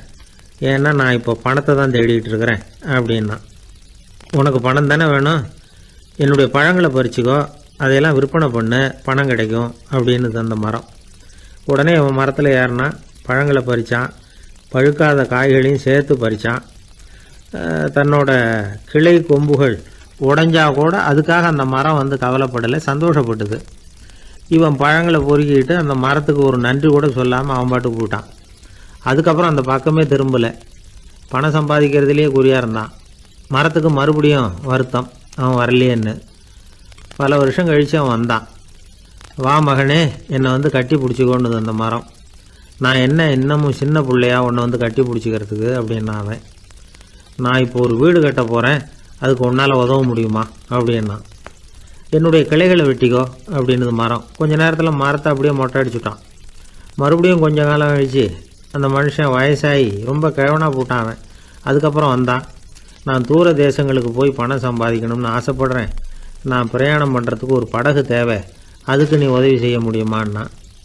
அது ஒன்றும் பெரிய பிரச்சனை இல்லை, என்னுடைய அடிமரத்தை வெட்டிக்கோன்னுது அந்த மரம். அவன் வெட்டினான், படகு செஞ்சான், போயிட்டான். இனிமேல் திரும்பி வருவானோ மாட்டானோ அது தெரியாது. ஆனால் இந்த அடிமரம் அவனுக்காக காத்துக்கிட்டு இருக்கும். ஏன்னா இது அன்பின் அடையாளம், அவன் ஆணவத்தின் அடையாளம். அன்பு வந்து கொடுக்கறதுக்கு தான் ஆசைப்படும், ஆணவம் வாங்கிறதுக்கு தான் ஆசைப்படும். இப்படி ஒரு கதையை ஒரு பெரியவர் சொல்லியிருக்கிறார். அதை வந்து நாம் சிந்தித்து பார்க்கணும். எல்லாமே நாற்காலிக்கு ஆசைப்படாதவர்கள் அப்படின்னு சொல்லிட முடியாது. ஏன்னா நிறைய பேர் நாற்காலிக்கு ஆசைப்படுறவங்கள நாம் பார்க்குறோம். உட்கார்றதுக்கு ஒரு நாற்காலி கிடச்சிடாதா, அதோட ஒரு கால் உடஞ்சி முக்காலியாக இருந்தாலும் பரவாயில்ல, ஒரு மாதிரியாக அனுசரித்து உட்காந்துக்கலாம் அப்படின்னு அலையிறவங்க எத்தனை பேர்? இந்த காலத்தில் மட்டும்தான் அப்படின்னு இல்லை, அந்த காலத்துலேயும் இதே மாதிரி ஆசைகள் சபலங்கள் இருந்திருக்கும் போல இருக்குது. பரமசிவன் வந்து வசிஷ்டருக்கு ஒரு விசேஷமான ஆசனத்தை கொடுத்துருந்தாராம். சரி, அப்படி என்ன அதில் விசேஷம்னா, வசிஷ்டர் ஒரு குறிப்பிட்ட இடத்துக்கு போகணும்னு நினச்சி புறப்படுறாருன்னு வச்சுக்கோங்க. அவருக்கு முன்னாடியே இந்த ஆசனம் புறப்பட்டுரும். போய் ஒரு வசதியான இடமா பார்த்து இருந்துக்கும். வசிஷ்டர் போவார். அங்கே போனதும் எங்கே உட்காரலாம்ங்கிற இட பிரச்சனையெல்லாம் அவருக்கு ஏற்படுறதில்ல. அதுதான் இவருடைய இருக்கை வந்து அங்கே முன்னாடியே போய் காத்துக்கிட்டு இருக்குதே. நேராக போவார், அதில் உட்காந்துக்குவார். மற்ற முனிவர்கள்லாம் இதை பார்த்தாங்க. அவங்களுக்கு பொறாமையாக இருந்து தான் எல்லோரும் ஒரு இடத்துல கூடி இதை பற்றி பேசியிருக்கிறாங்க. என்ன இது, நாமளும் அவரை மாதிரி தானே இருக்கிறோம், இருந்தாலும் நமக்கும் அது மாதிரி ஒரு ஆசனம் கிடைக்கலையே அப்படின்னு யோசனை பண்ணியிருக்காங்க. சரி, நேராக பரமசிவன்கிட்டே போவோம், இதை பற்றி கேட்போம் அப்படின்னு நினச்சிக்கிட்டு போனாங்களாம். பரமசிவனை பார்த்துருக்குறாங்க. ஐயா, நாங்களும் முனிவர்கள் தானே, வசிஷ்டர் பண்ணுறது மாதிரி நாங்களும் உங்களை குறித்து கடும் தவம் பண்ணிக்கிட்டு தானே இருக்கிறோம். அப்படி இருக்கும் பொழுது அவருக்கு மட்டும் ஏன் இந்த விசேஷ சலுகை அப்படின்னு கேட்டிருக்காங்க. அதுக்கு பரமசிவன் சொன்னாராம், முனிவர்களே, உங்கள் கேள்விக்கு நான் பதில் சொல்கிறேன், ஆனால் அதுக்கு முன்னாடி நீங்கள் ஒரு காரியம் பண்ணணும்னாராம். என்ன செய்யணும் சொல்லுங்கன்றிருக்காங்க. நீங்கள் ஒவ்வொருத்தரும் தனித்தனியாக போய் உங்களை விட உயர்ந்த ஒருத்தரை தேடி கண்டுபிடிச்சி அவருக்கு அதிதி பூஜை பண்ணி அவரை ஒரு மண்டலத்துக்குள்ளே என்கிட்ட அழைச்சிட்டு வந்துருங்க அப்படின்னாராம். சரின்னு எல்லாரும் புறப்பட்டுருக்காங்க. அவங்க போனதுக்கப்புறம் நந்தி தேவனை அழைச்சி வசிஷ்டரை கூப்பிட்டுக்கிட்டு வர சொன்னாராம். அவர் வந்தார், வணங்கினார். வசிஷ்டரே, இன்னையிலேருந்து ஒரு மண்டலத்துக்குள்ளே உங்களை விட தாழ்ந்தவர் ஒருத்தரை தேடி கண்டுபிடிச்சி அவருக்கு அதிதி பூஜை பண்ணி அவரை என்கிட்ட கூப்பிட்டுட்டு வாங்கன்னு விட்டார். சரின்னு இவரும் புறப்பட்டு போயிட்டார். கொஞ்ச நாள் ஆச்சு. முனிவர்கள்லாம் திரும்பி வந்தாங்க. பரமசிவன் முன்னாடி வந்து நின்னாங்க. ஐயா, எவ்வளவோ தேடி பார்த்துட்டோம், எங்களை விட உயர்ந்தவர்கள் யாருமே கிடைக்கல அப்படின்னாங்களாம். வசிஷ்டரும் வந்து சேர்ந்தார். ஐயா, எவ்வளவோ தேடி பார்த்தேன், என்னை விட தாழ்ந்தவர் யாருமே கிடைக்கல அப்படின்னாராம். அவரே தொடர்ந்து சொன்னார், என்னுடைய மனைவி எனக்கு அடங்கினவ தானே, அவளுக்காவது அதிதி பூஜை பண்ணி அழைச்சிட்டு வந்துடலாமான்னு யோசித்து பார்த்தேன். என்னோட மனசு அதுக்கும் இடம் கொடுக்கல. ஏன்னா அவளோட பதி விரதத்துக்கு முன்னாடி நாம் ஏமாத்திரம் அப்படின்னு யோசித்து பார்த்தேன். அதனால் அந்த எண்ணத்தையும் கைவிட்டுவிட்டேன் அப்படின்னு ரொம்ப வருத்தத்தோடு சொன்னாராம். இதை கேட்ட உடனே மற்ற முனிவர்களுக்கு வெக்கமாக போச்சு. இந்த உலகத்தில் நம்மளை விட மேலானவங்க யாருமே இல்லைன்னு நாம் நினச்சோம். வசிஷ்டரோ தன்னை விட தாழ்வானவங்க யாருமே இல்லைன்னு நினைக்கிறார். பரமசிவன் ஏன் அந்த ஆசனத்தை அவருக்கு மட்டும் கொடுத்தார் அப்படிங்கிற கேள்விக்கான பதில் அவங்களுக்கு கிடச்சிட்டு தான். இந்த காலத்தில் நாம் எப்படி நினைக்கிறோம்னா, எல்லாரும் நம்மளை விட மட்டமானவங்கன்னு நினைக்கிறோம். அதனால் நாம் மட்டும் நாற்காலியில் உட்காந்தா போதும் அப்படின்னு நினைக்கிறோம். ஏமாந்து போனவங்க சந்தர்ப்பம் பார்த்து காலை வாரி விட்டுறாங்க, கீழே விழுந்து காலை உடச்சிக்கிறோம். அதுதான் இன்றைக்கி நடக்கிறது. ஒரு அம்மா தன்னோட வீட்டுக்காரரை ஒரு மனோதத்துவ டாக்டர்கிட்ட அழைச்சிட்டு போனாங்களாம். என்ன ப்ராப்ளம்னு கேட்டிருக்கார் டாக்டர். எங்கள் வீட்டுக்காரர் அடிக்கடி நாற்காலியில் உட்காந்து காலை உடச்சிக்கிறார் அப்படின்னாங்களாம். அப்படின்னா அந்த நாற்காலியில் தான் ஏதோ கோளாறு அப்படின்னாரான் டாக்டர். அப்படி இருக்க முடியாது டாக்டர் அப்படின்னாங்களாம் அந்த அம்மா. அது எப்படி அவ்வளோ உறுதியாக சொல்கிறீங்கன்னு கேட்டிருக்கார் அந்த டாக்டர். எங்கள் வீட்டில் நாற்காலியே கிடையாது டாக்டர், இவர் இருக்கிறதா நினச்சிக்கிட்டு உட்கார்றார், அதுதான் ப்ராப்ளம். ஒரே ஒரு ஊரில் ஒரு ராஜா இருந்தார், ரொம்ப நல்லவர். ஒரு நாள் அரண்மனையில் விசாரணை நடந்துக்கிட்டு இருக்குது. அதில் ஒரு வழக்கு. ஒரு விவசாயி புகார் கொடுக்குறார். என்ன புகார்னா, அவர் வயலில் ஆடுகள் மேய்ஞ்சி பயிரை அழிச்சுட்டுது. நிறைய உழைச்சி செலவு பண்ணி பயிரை உண்டாக்கி வச்சுருந்தேன், எல்லாம் போயிட்டுது. இனிமேல் நான் என்ன செய்யறது, நீங்கள் தான் சரியான தீர்ப்பு வழங்கணும் அப்படின்னார் அந்த விவசாயி. அந்த ஆடுகளுக்கு சொந்தக்காரர் யாருன்னு கண்டுபிடிச்சி அரண்மனைக்கு அழைச்சிட்டு வாங்கன்னு உத்தரவு போட்டார் ராஜா. சேவகர்கள் போனாங்க, ஆளை கண்டுபிடிச்சாங்க, கூப்பிட்டுக்கிட்டு அரண்மனைக்கு வந்துட்டாங்க. ராஜா விசாரணை பண்ணார். அப்புறம் விசாரித்து முடிச்சுவிட்டு தீர்ப்பு வழங்கினார். இந்த விவசாயி அடைந்திருக்கிற இழப்புக்கு ஈடாக உன்னுடைய ஆடுகளை அவங்ககிட்ட கொடுத்துட வேண்டியது அப்படின்னு சொல்லிவிட்டார். உன்கிட்ட இருக்கிற ஆடு பூரா அவன்கிட்ட கொடுத்துரு, அந்த ஆட்டுனால் ஏற்பட்ட இழப்பு சரியாக போகட்டும் அப்படின்னு தீர்ப்பு வழங்கிட்டார். அந்த மன்னருடைய மகன் இதை பார்த்துக்கிட்டே உட்காந்துருந்தான். இந்த தீர்ப்பை இன்னும் கூட சிறப்பாக வழங்கலாமே அப்படின்னு நினச்சான். அப்பாக்கிட்ட சொன்னான். உடனே அந்த அரசர், சரி நீயே இதுக்கு சரியான தீர்ப்பு சொல்லு அப்படின்னார். அந்த இளவரசன் தீர்ப்பு சொல்கிறான். அவன் சொன்ன தீர்ப்பு என்னன்னா, உங்ககிட்ட இருக்கிற ஆடுகள் எல்லாத்தையும் ஒரு வருஷ காலத்துக்கு அந்த விவசாயிகிட்ட ஒப்படைச்சிட வேண்டியது. அந்த ஒரு வருஷத்துக்குள்ள அந்த ஆடுகள் போடுற குட்டிகள், பால், எரு எல்லாம் விவசாயி எடுத்துக்க வேண்டியது. ஒரு வருஷத்துக்கு அப்புறம் உங்களுடைய ஆடுகளை நீங்களே திருப்பி வாங்கிக்க வேண்டியது. இதுதான் இளவரசன் சொன்ன தீர்ப்பு. இது சரியான தீர்ப்பு தான். இனிமேல் என்னுடைய அரச பொறுப்புகளை இளவரசர் வசம் ஒப்படைக்கிறேன் அப்படின்னு சொல்லி ஒப்படைச்சுட்டாராம். அதாவது தாவூத் நபி, சுலைமான் நபி இவர்களுடைய சரித்திரத்தில் இந்த சம்பவம் காணப்படுறதாக ஒரு நண்பர் சொன்னார். ஒரு தண்டனையை பெறுகிறவன் அதுக்கு பிறகு சமூகத்தில் நல்ல விதமாக வாழறதுக்கு வாய்ப்பு இருக்கிறது மாதிரி அமையணும் தீர்ப்பு. அதுக்கு இது ஒரு உதாரணம். சில தீர்ப்புகள் எப்படி அமைஞ்சு விடுதுன்னா, ஒரு தண்டனையை அனுபவித்து முடித்தவன் அதுக்கப்புறம் அவன் இந்த சமூகத்தில் நல்லவனாக வாழறதுக்கு நினச்சா கூட அதுக்கு தகுதி இல்லாதவன் அப்படிங்கிற அளவுக்கு சூழ்நிலை அமைஞ்சிருது. இது சிந்திக்க வேண்டிய ஒரு செய்தி. இன்னொரு ஊரில் ஒரு ராஜா இருந்தார். அவர் ஒரு நாள் ஒரு போட்டி வச்சார். என்ன போட்டின்னா, அரண்மனை வாசலில் ஒரு பெரிய நீச்சல் குளம், அதில் நிறைய விஷப்பாம்புகள். எந்த இளைஞன் துணிச்சலாக அதில் நீச்சல் குளத்தில் குதித்து நீந்தி கரையேறி வர்றானோ அவனுக்கு 100 ஏக்கர் நிலம் பரிசாக வழங்கப்படும். அது வேணாம்னா 1000 ஆடுகள் பரிசாக வழங்கப்படும். அதுவும் வேணான்னா என்னுடைய மகளை கல்யாணம் பண்ணிக்கலாம். இதுதான் மன்னருடைய அறிவிப்பு. பரிசுலாம் நல்லா தான் இருக்குது, இருந்தாலும் பாம்புகள் உள்ள குளம்ங்கிறது நல்லா இல்லையே. அதனால் யாரும் அதில் குதித்து நீஞ்சறதுக்கு முன் வரல. இருந்தாலும் திடீர்னு ஒரு இளைஞன் அந்த நீச்சல் குளத்தில் குதித்தான், நீந்தினா ஒரு வழியாக கரையேறி வந்துட்டான். மன்னருக்கு ரொம்ப மகிழ்ச்சி. நீ தான் தைரியமான இளைஞன், வா இப்படின்னு கூப்பிட்டார். கிட்ட வந்தான். அந்த இளைஞன் தண்ணீர் சொட்ட சொட்ட நிற்கிறான். சரி, உனக்கு 100 ஏக்கர் நிலம் வேணுமான்னு கேட்குறார். வேண்டாங்கிறான். சரி, அப்படின்னா 1000 ஆடுகள் வேணுமான்னு கேட்குறார். அதுவும் வேணாங்கிறான். ஓ, அப்படின்னா என் பொண்ணை கல்யாணம் பண்ணிக்கிறியா அப்படின்னு கேட்குறாரு. அதுவும் வேணாங்கிறான். ராஜாவுக்கு ஒன்றும் புரியல. அப்படின்னா உனக்கு என்ன தான் வேணும் அப்படிங்கிறார். என்னை பிடிச்சி இந்த குளத்தில் தள்ளி விட்டவன் யாருங்கிறது எனக்கு தெரியணும் அப்படின்னா. 1944 வருஷத்துல ஒரு நாள் மொரார்ஜி தேசாய் எரவாடா சிறையில் இருந்தார். காவல்துறை உயர் அதிகாரி ஒருத்தர் வர்றார். மொரார்ஜி தேசாய சிறை அதிகாரி அலுவலகத்துக்கு அழைச்சிட்டு போறார். சிறை அதிகாரி ஒரு தகவலை சொல்றார். உங்க நண்பர் மங்கள்தாஸ் பக்வாசா அப்படிங்கிறவர் நாசிக் சிறையில அடைக்கப்பட்டிருந்தார். அவருக்கு உடல் நலம் ரொம்ப பாதிக்கப்பட்டதுனால அவரை சிறையிலிருந்து பம்பாயில உள்ள ஹரிகிருஷ்ணன் தாஸ் மருத்துவமனைக்கு கொண்டுகிட்டு போயிருக்கிறாங்க. அவரு உங்களை பார்க்கணும்னு ரொம்ப ஆவலோட இருக்கிறார். அதனால நீங்க பரோல்ல போய் பாத்துட்டு வாங்களே அப்படின்னார். நிபந்தனையோட போய் பாத்துட்டு வரலாம்னார். தியாக செம்மல்கள் பரோல்ல செல்றது இல்ல அப்படிங்கிற உறுதியோட தான் சிறைச்சாலைக்கு வருவாங்க. இப்படி இருக்கிறப்போ மொரார்ஜி மட்டும் பரோல்ல போயிட்டு வர்றதுக்கு எப்படி சம்மதிப்பார்? உயிர் நண்பரின் உயிர் ஆடுது அப்படிங்கறத கேட்டதும் உடனே போய் பார்க்கணும்னு ஆவல் தான்.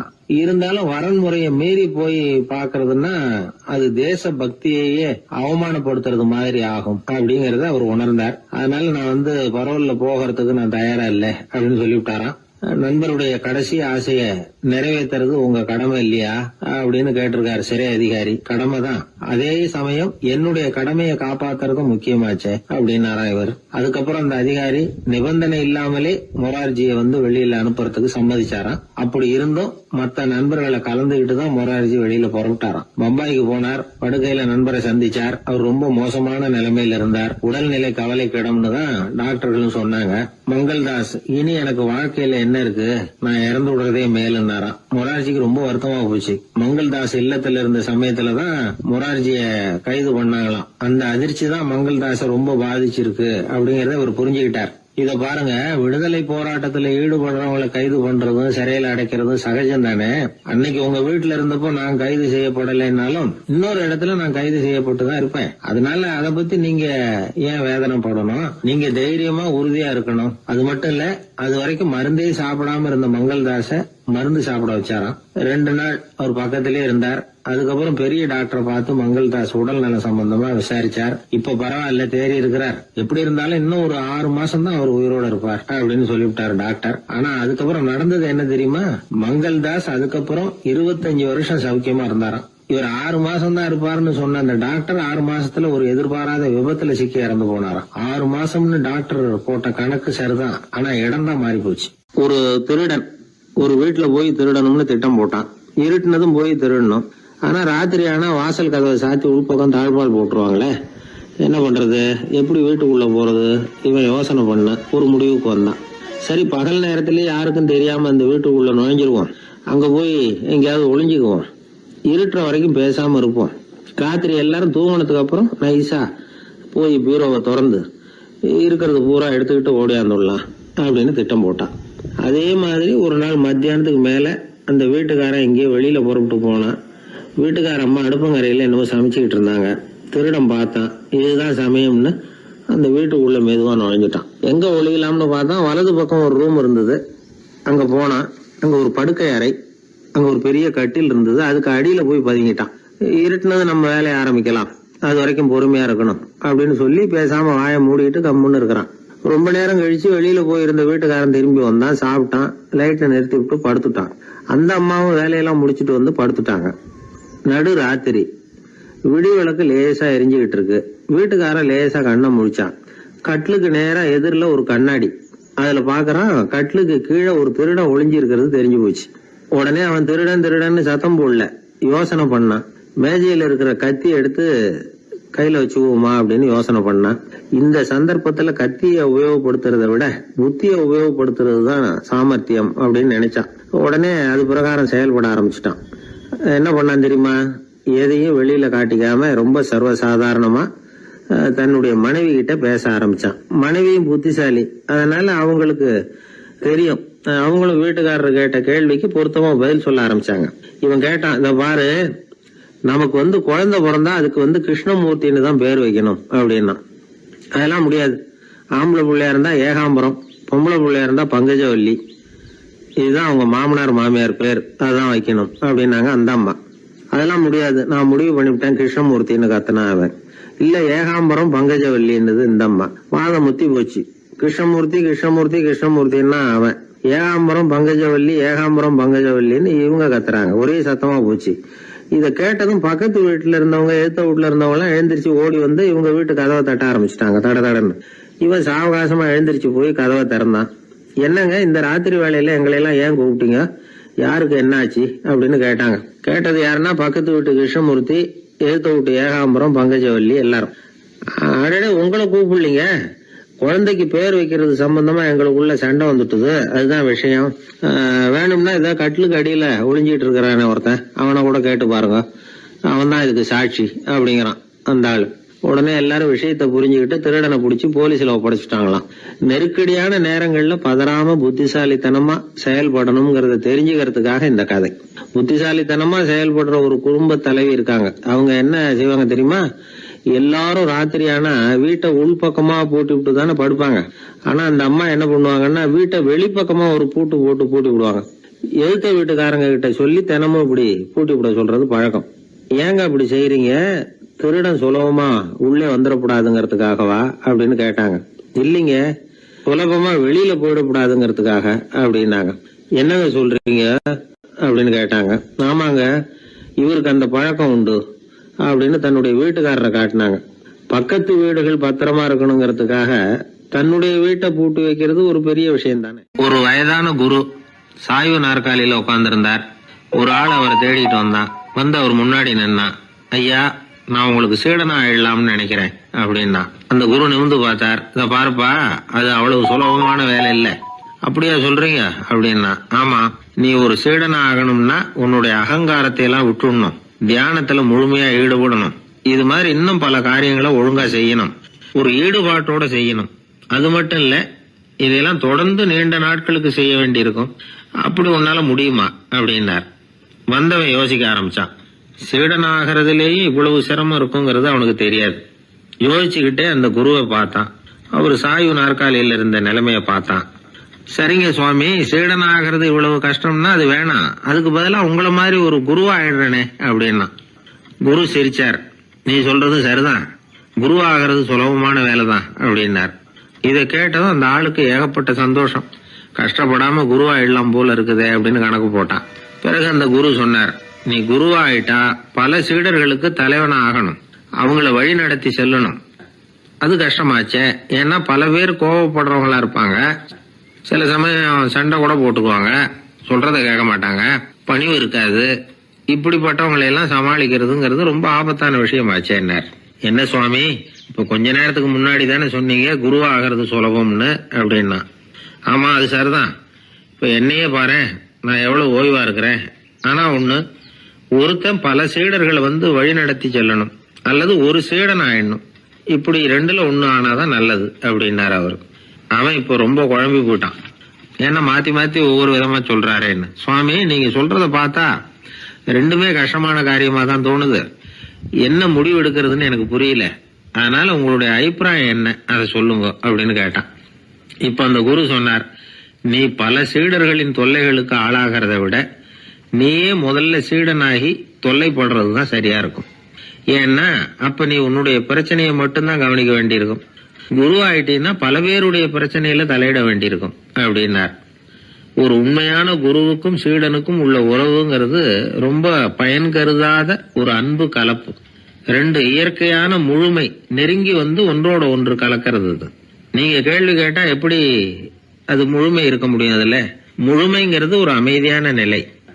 இந்த காலத்து குரு சீடர்கள்லாம் வேற மாதிரி. ஒரு குரு தன் சீடன் கிட்ட சொன்னார், இந்த பாருப்பா, நீ இந்த உலகத்துல எதுக்கும் பிரயோஜனப்பட மாட்ட, பன்றி மேய்க்கிறது கூட லாயக்கில்லை அப்படின்னார். அப்படின்னா ஒண்ணு செய்யறேன் அப்படின்னா சீடன். என்ன பண்ணுவேன்னு கேட்டிருக்காரு குரு. உங்களை மாதிரியே ஒரு குருவாயிடுறேனே அப்படின்னானா அந்த சீடன். பத்திரிகையில வர்ற செய்திகளை கூட நகைச்சுவையா சொல்றது உண்டு. அதாவது அதை நேரடியா சொன்னா வானொலியில அனுமதிக்க மாட்டாங்க சில விஷயங்களை. அது சின்னாருக்கு கௌரவ குறைச்சல், அது வேடிக்கை கலந்து நகைச்சுவோடு சொல்லும் பொழுது அதை அனுமதிச்சிருவாங்க. அப்ப அந்த விசாரணை கமிஷன் அது இது நிறைய நடந்துகிட்டு இருந்தது. டெல்லியில இருந்து அமலாக்க பிரிவு அதிகாரிகள்லாம் வராங்க போறாங்கன்னு பத்திரிகையில அமர்க்கலப்பட்ட இடம். அந்த நேரம் நான் ஒரு ரேடியோவில் ஒரு செய்தியை தயார் பண்றோம். அப்ப என்ன பண்ணேன்னா, இது மாதிரி அந்த பத்திரிகை செய்தியை வச்சுக்கிட்டே ஒரு செய்தி சொன்னோம், இன்னொரு தகவல் சொல்லி. அதனால ஒருத்தன் தமிழ்நாட்டுல ஒரு ஆள், அவன் திடீர்னு கோடீஸ்வரன் ஆயிட்டான். நேத்து வரைக்கும் சாதாரணமா இருந்தா இன்னைக்கு கோடீஸ்வரன் ஆயிட்டான். டெல்லியில இருந்து 2 அதிகாரிகள் வராங்க, எப்படி அவன் பணம் சேர்த்தான்னு கண்டுபிடிக்கிறதுக்கு. அவனை கூப்பிட்டு 2 அதிகாரிகளும் எப்படிடா பணம் சேர்த்த? நான் ஒன்னும் தப்பான வழியில பணம் சேர்க்கல சார், நான் பந்தயம் கட்டியே பணக்காரன் ஆயிட்டேன். பந்தயம் கட்டியே எப்படிடா பணக்காரன் ஆக முடியும் அப்படின்னா, நீங்க நம்புங்க சார், நான் பந்தயம் கட்டி தான் பணக்காரன், தப்பான வழியில சேரல சார். பந்தயம் கட்டி எப்படிடா கோடீஸ்வரன் ஆனேன் அப்படின்னா, நாங்க நம்ப முடியாதுன்றான் விசாரிக்க வந்தவன். அப்படின்னா உங்ககிட்ட ஒரு பந்தயம் கட்டட்டுமான்றான் விசாரிக்க வந்தவன்ட்டிய.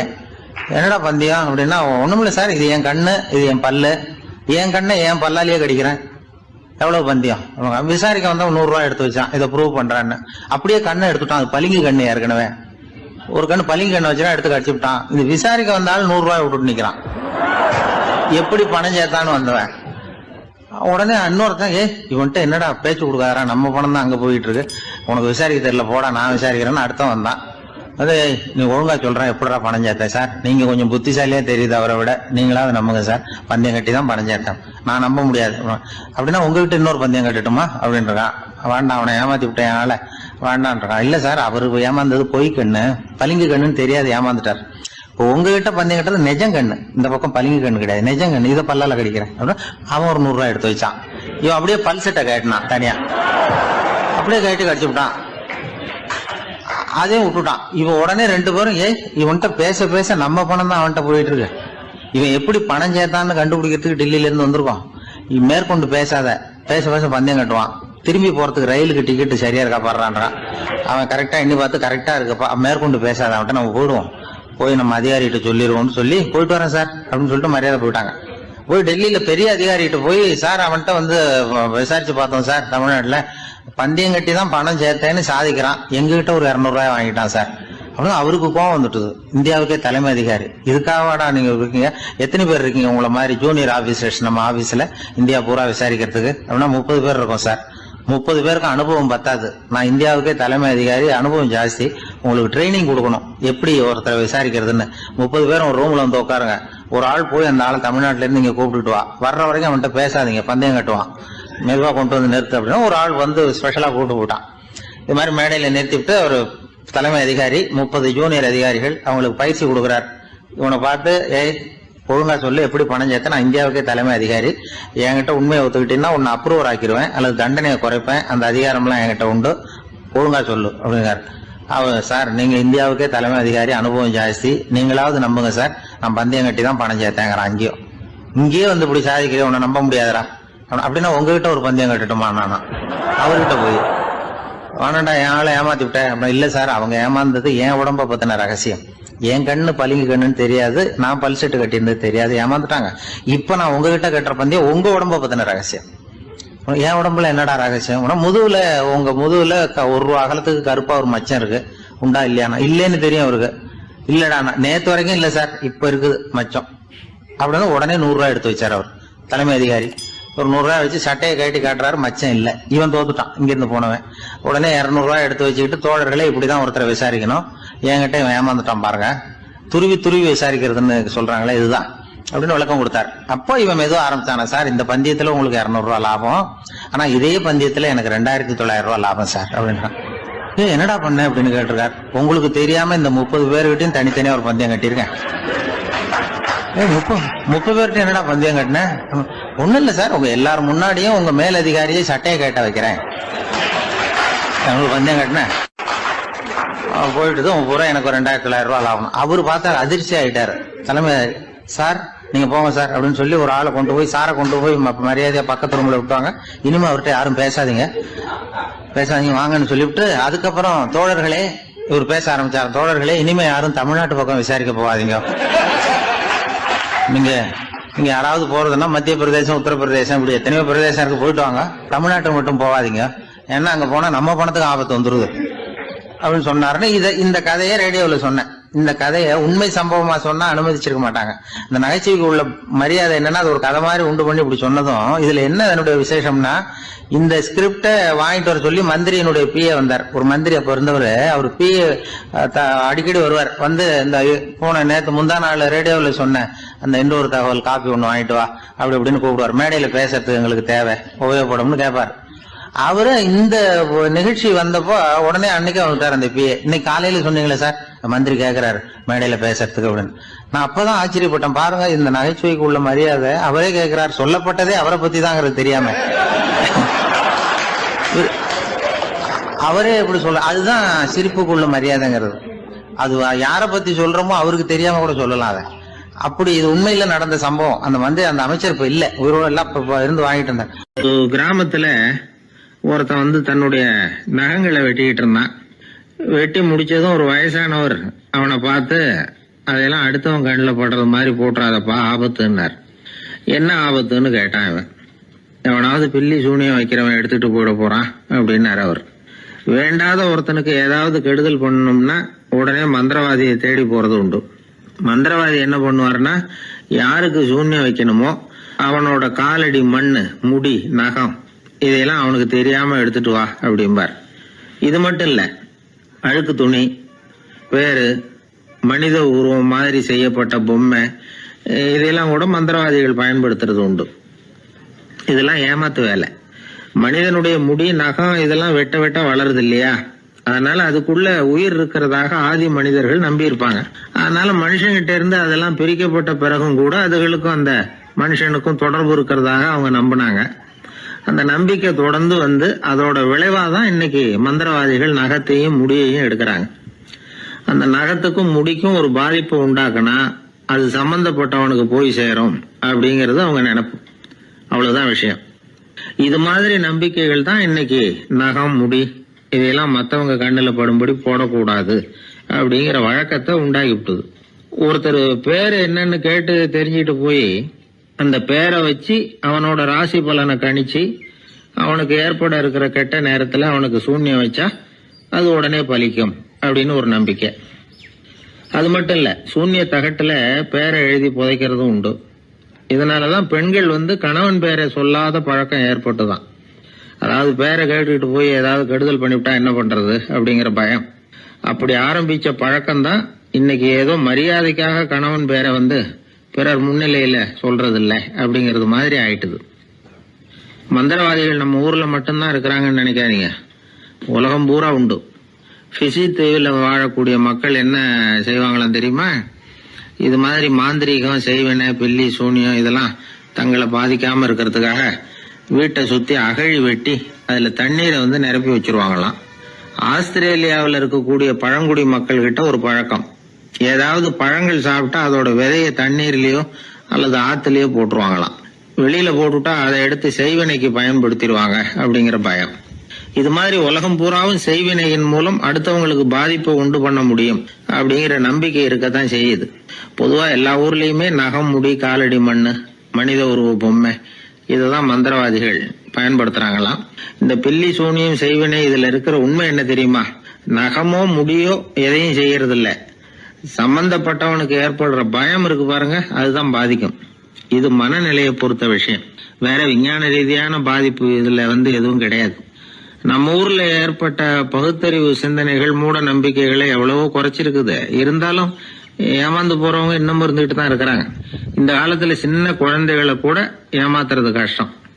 ஒரு குழந்தை கேட்டுதான், ஏன்பா பிரார்த்தனை பண்ணுனா நமக்கு எல்லாம் கிடைக்குமா அப்படின்னு தான். ஓ கிடைக்குமே அப்படின்னாராம் அப்பா. நீ வச்சிருக்கிறிய பேனா அது கூட கிடைக்குமா அப்படின்னு கேட்டுதான் குழந்தை. ஓ கிடைக்கும் அப்படின்னாராம். அப்படின்னா நீ வச்சிருக்கிற பேனாவை என்கிட்ட கொடுத்துரு, அதுக்கப்புறம் நீ பிரார்த்தனை பண்ணி வேற ஒரு பேனாவை வாங்கிக்கோ அப்படின்னு தான் அந்த சின்ன குழந்தை. ஒரு ராஜா இருந்தார். அவர் ஒரு பெரிய கோயில் கட்டினார். பல ஊர்கள்ல இருந்து சிற்பிகள்லாம் கொண்டுகிட்டு வந்தார். அழகழகா சிற்பங்களை செய்ய சொன்னார். ஊர்ல உள்ள ஜனங்களும் கோயில் கட்டுறதுக்கு அவங்களால முடிஞ்ச உதவியை செஞ்சாங்க. ராத்திரி பகலா வேலை நடக்குது. கோயில் கொஞ்சம் கொஞ்சமா வசந்துகிட்டே வந்துட்டுது. அந்த ஊர்ல ஒரு வயசான அம்மா இருந்தாங்க, ரொம்ப ஏழை. அவங்களுக்கு மனசுக்குள்ள ஒரு உறுத்தல், இந்த ஊர்ல எல்லாரும் இந்த கோவில் கட்டுறதுக்கு அவங்களால முடிஞ்ச உதவியை பண்ணிட்டு இருக்கிறாங்க, நம்மளால ஒன்றும் பண்ண முடியலையே அப்படின்னு நினைச்சு கவலைப்பட்டாங்க. அவங்களுக்கு மனசு கேட்கல, ஏதாவது செய்யணும் நம்மளால முடிஞ்சது அப்படின்னு யோசனை பண்ணாங்க. நல்ல வெயில் நேரத்துல சிற்பிகள்லாம் ரொம்ப சிரமப்பட்டு சிலை வடிச்சுக்கிட்டு இருக்கிறாங்கல்ல, அவங்களுக்கு அந்த நேரம் தாகம் எடுக்குமே, அதனால சிரமப்பட்டு ஒரு குடத்துல தண்ணியை எடுத்துக்கிட்டு அதை இடுப்புல வச்சுக்கிட்டு மெதுவா கொண்டுகிட்டு அங்க போறது அப்படின்னு முடிவு பண்ணிட்டு அந்த அம்மா போச்சு. அங்க போய் வேலை செய்யறவங்களுக்கு தாகம் எடுக்கிற போலாம் ஒரு கோவலையில தண்ணியை எடுத்து கொடுத்துக்கிட்டு இருக்கிறது. இப்படியே பண்ண ஆரம்பிச்சுட்டு அந்த அம்மா. ஏதோ அந்த அம்மாவால முடிஞ்ச ஒரு சின்ன உதவி அது. இப்படி கொஞ்சம் கொஞ்சமா வேலை நடந்தது. கோபுரம் வசந்தது, எல்லா வேலையும் முடிஞ்சது. இனிமே கடைசியா கற்ப கிரகத்தின் மேல விமானம் அமைக்க வேண்டியதுதான் பாக்கி. அந்த வேலையும் ஆரம்பமாச்சு. அந்த சிற்பிகள்லயே அனுபவசாலியான ஒருத்தர் இந்த அம்மாவை தேடிட்டு வந்தார். பாட்டி, உங்ககிட்ட இருக்கிற ஏதாவது ஒரு பொருளை கொடுங்க, அந்த விமானத்துல வைக்கலாம் அப்படின்னு நாங்க நினைக்கிறோம் அப்படின்னார். இந்த அம்மாவுக்கு ஒன்றும் புரியல. ஏதாவது இருந்தாவில கொடுக்கலாம், எதுவும் இல்லையே, என்ன பண்றது யோசனை பண்ணாங்க. இத பாருப்பா, என்கிட்ட என்ன இருக்கு, இந்த வாசப்படியில கிடக்குது, இந்த கல்லு தான் இருக்குது, வேணும்னா இத எடுத்துட்டு போங்க அப்படின்னாங்க. உடனே அந்த கல்லை பேத்து எடுத்துட்டு போயிட்டாங்க அவங்க. அங்க போய் பார்த்தா என்ன ஆச்சரியம், அந்த விமானத்து உச்சியில கலசங்களை அமைக்கிறதுக்கான பிரம்ம எந்திரத்தை மூடுற கருங்கல் ஒண்ணு தேவையா இருந்தது. இவங்க எடுத்துட்டு போன கல்லு அதுக்கு ரொம்ப பொருத்தமா அமைஞ்சு போச்சு. ஏதோ அதுக்காகவே அளவெடுத்து செஞ்சது மாதிரி அமைஞ்சுட்டுது. அந்த கல்லையே அங்க அப்படியே பதிச்சுட்டாங்க. ஒரு வழியா கோவிலை கட்டி முடிச்சாங்க.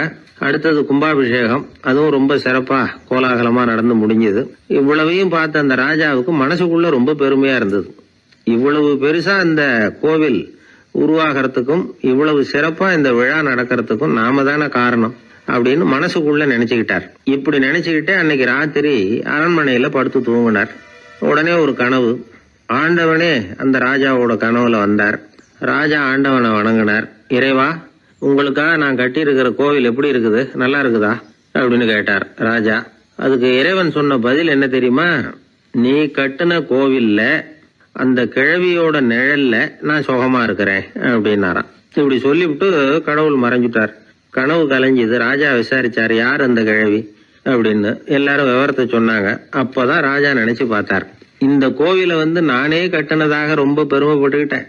ஆனா அந்த வயசான அம்மா வீட்டு வாசல்ல கிடந்த கல்லு அது இறைவனுக்கு சுகமான நிழல் கொடுக்கறதாக சொல்றாரு அப்படிங்கறத எண்ணி பார்த்தார். நான்கிற எண்ணம் நழுவி போயிட்டுதான். கோபுரம் எவ்வளவு பெருசுங்கிறது முக்கியம் இல்ல, குணம் எவ்வளவு பெருசுங்கிறது தான் முக்கியம். அந்த வயசான அம்மா நம்ம நாட்டுல வாழறது தான் நமக்கு உண்மையான பெருமை அப்படின்னு நினைச்சாராம் ராஜா. இந்த காலத்திலயும் ஒரு ஊர்ல ஒரு கோவில் கட்டினாங்க. எல்லா ஜனங்களும் அவங்களால முடிஞ்சதை செஞ்சாங்க. நம்மால் ஒருத்தன் அந்த திருப்பணி குழு தலைவரை போய் பார்த்தான். நான் ஏதாவது ஒத்துழைக்கணுமா ஐயா அப்படின்னு ரொம்ப பணிவா கேட்டான். திருப்பணி குழு தலைவர் சொன்னார், இத பாருப்பா, இந்த கோவில் கட்டி முடிக்கிற வரைக்கும் உன்னுடைய ஒத்துழைப்பு எதுவும் தேவையில்லை. கட்டி முடிச்சு கும்பாபிஷேகம் ஆனதுக்கு அப்புறம் தான் உன்னுடைய ஒத்துழைப்பு ரொம்ப அவசியம் அப்படின்னார். அதுக்கப்புறம் நான் என்ன செய்யணும் சொல்லுங்கன்னா, இவன் இந்த சாமி சிலையை நீ திருடிட்டு போகாம இருக்கணும், அவ்வளவுதான் அப்படின்னாராம் அவர். என்னுடைய நண்பர் ஒருத்தர், அவர் விரல்ல நகமே இருக்காது. என்ன காரணம்னு நினைக்கிறீங்க? எல்லாத்தையும் அவரே கடிச்சு துப்பிடுவார். அப்படி ஒரு பழக்கம். சின்ன குழந்தைகள் நகம் கடிக்குது, விரல் சூப்புது. இதுக்கு என்ன காரணம் தெரியுமா? குழந்தைகள் மனசுல ஏற்படக்கூடிய ஒருவித பாதுகாப்பின்மை, இன்செக்யூரிட்டி, அல்லது தான் சரியா கவனிக்கப்படல அப்படிங்கிற எண்ணத்தோட வெளிப்பாடு தான் அது அப்படிங்கிறாங்க டாக்டர்கள். சில இடங்கள்ல 2வது குழந்தை பிறந்த உடனே பெரியவர்கள் கவனம் முதல் குழந்தைகிட்ட இருந்து கொஞ்சம் விலகி 2வது குழந்தைகிட்ட போயிடும். அந்த சமயத்துல முதல் குழந்தைக்கு இந்த பழக்கம் ஏற்படுறதுக்கு வாய்ப்பு உண்டா. சில குடும்பங்கள்ல கணவன் மனைவி 2 பேருமே வேலைக்கு போறவங்களா இருப்பாங்க. குழந்தை ரொம்ப நேரத்துக்கு பெத்தவங்களை பிரிஞ்சு இருக்க வேண்டிய சூழ்நிலை இருக்கும். குழந்தை ஒரு பாதுகாப்பின்மையை உணர ஆரம்பிக்கும். இந்த பழக்கம் வந்துடும். அதனால ஒரு குழந்தைக்கு தான் ஒதுக்கப்படுறோம் அப்படிங்கிற நினைப்பு வராம பாத்துக்கணும். வளர்ந்த குழந்தைகளும் நகம் கடிக்கும். வயசானவங்க கிட்டையும் இந்த பழக்கம் இருக்கும். இது ஒரு மனச்சிதைவின் வெளிப்பாடு அப்படிங்கிறாங்க மனநல நிபுணர்கள். அம்மா அப்பா திட்டினாலும் சரி, அல்லது ஆசிரியர் திட்டினாலும் சரி, இந்த பழக்கம் வந்துடும். நாம தவறு பண்ணிட்டோம் அப்படிங்கிற நினைப்பு வர்ற சமயம் நகம் கடிக்க ஆரம்பிச்சிருவோம். ஏதோ ஒண்ணு அடையணும் அப்படின்னு நினைக்கிறோம், அதை அடைய முடியல. இப்படி ஒரு ஏக்கம் வர்ற சமயத்திலேயும் சில பேர் நகத்தை கடிக்க ஆரம்பிச்சிருவாங்க. ஒரு பெரிய அதிகாரி, தனியார் நிறுவனத்துல வேலை பார்க்கிறவரு, அவரு டென்ஷன் ஆயிட்டாருன்னா உடனே அறைக்கு அதை சாத்தி விடுவாங்களாம். அவரே சாத்திக்குவாராம். அப்படி சாத்திக்கிட்டு உள்ள எதையாவது வெறிச்சு பார்த்துக்கிட்டே நகத்தை கடிக்க ஆரம்பிச்சிருவாராம். இந்த பழக்கம் உலகம் பூரா உண்டு. நகம் கடிக்கிறவங்களை அந்த பழக்கத்திலிருந்து மீட்கிறதுக்கு என்ன வழி அப்படின்னு லண்டன்ல உள்ள அழகியல் நிறுவன நிபுணர்கள் யோசனை பண்ணி பார்த்துருக்குறாங்க. சில ஆய்வுகள் பண்ணி பார்த்தாங்களாம். அவங்க என்ன பண்ணாங்க தெரியுமா? நகம் கடிக்கிற பழக்கம் உள்ளவங்களையெல்லாம் தேடி பிடிச்சாங்க. அவங்களையெல்லாம் 3 பிரிவா பிரிச்சுக்கிட்டாங்க. ஒரு பிரிவு கிட்ட என்ன சொன்னாங்கன்னா, உங்களுக்கு நகத்தை கடிக்கணுங்கிற நினைப்பு வர்றப்போவெல்லாம் டைரி எழுத ஆரம்பிச்சிருங்க அப்படின்னாங்களாம்.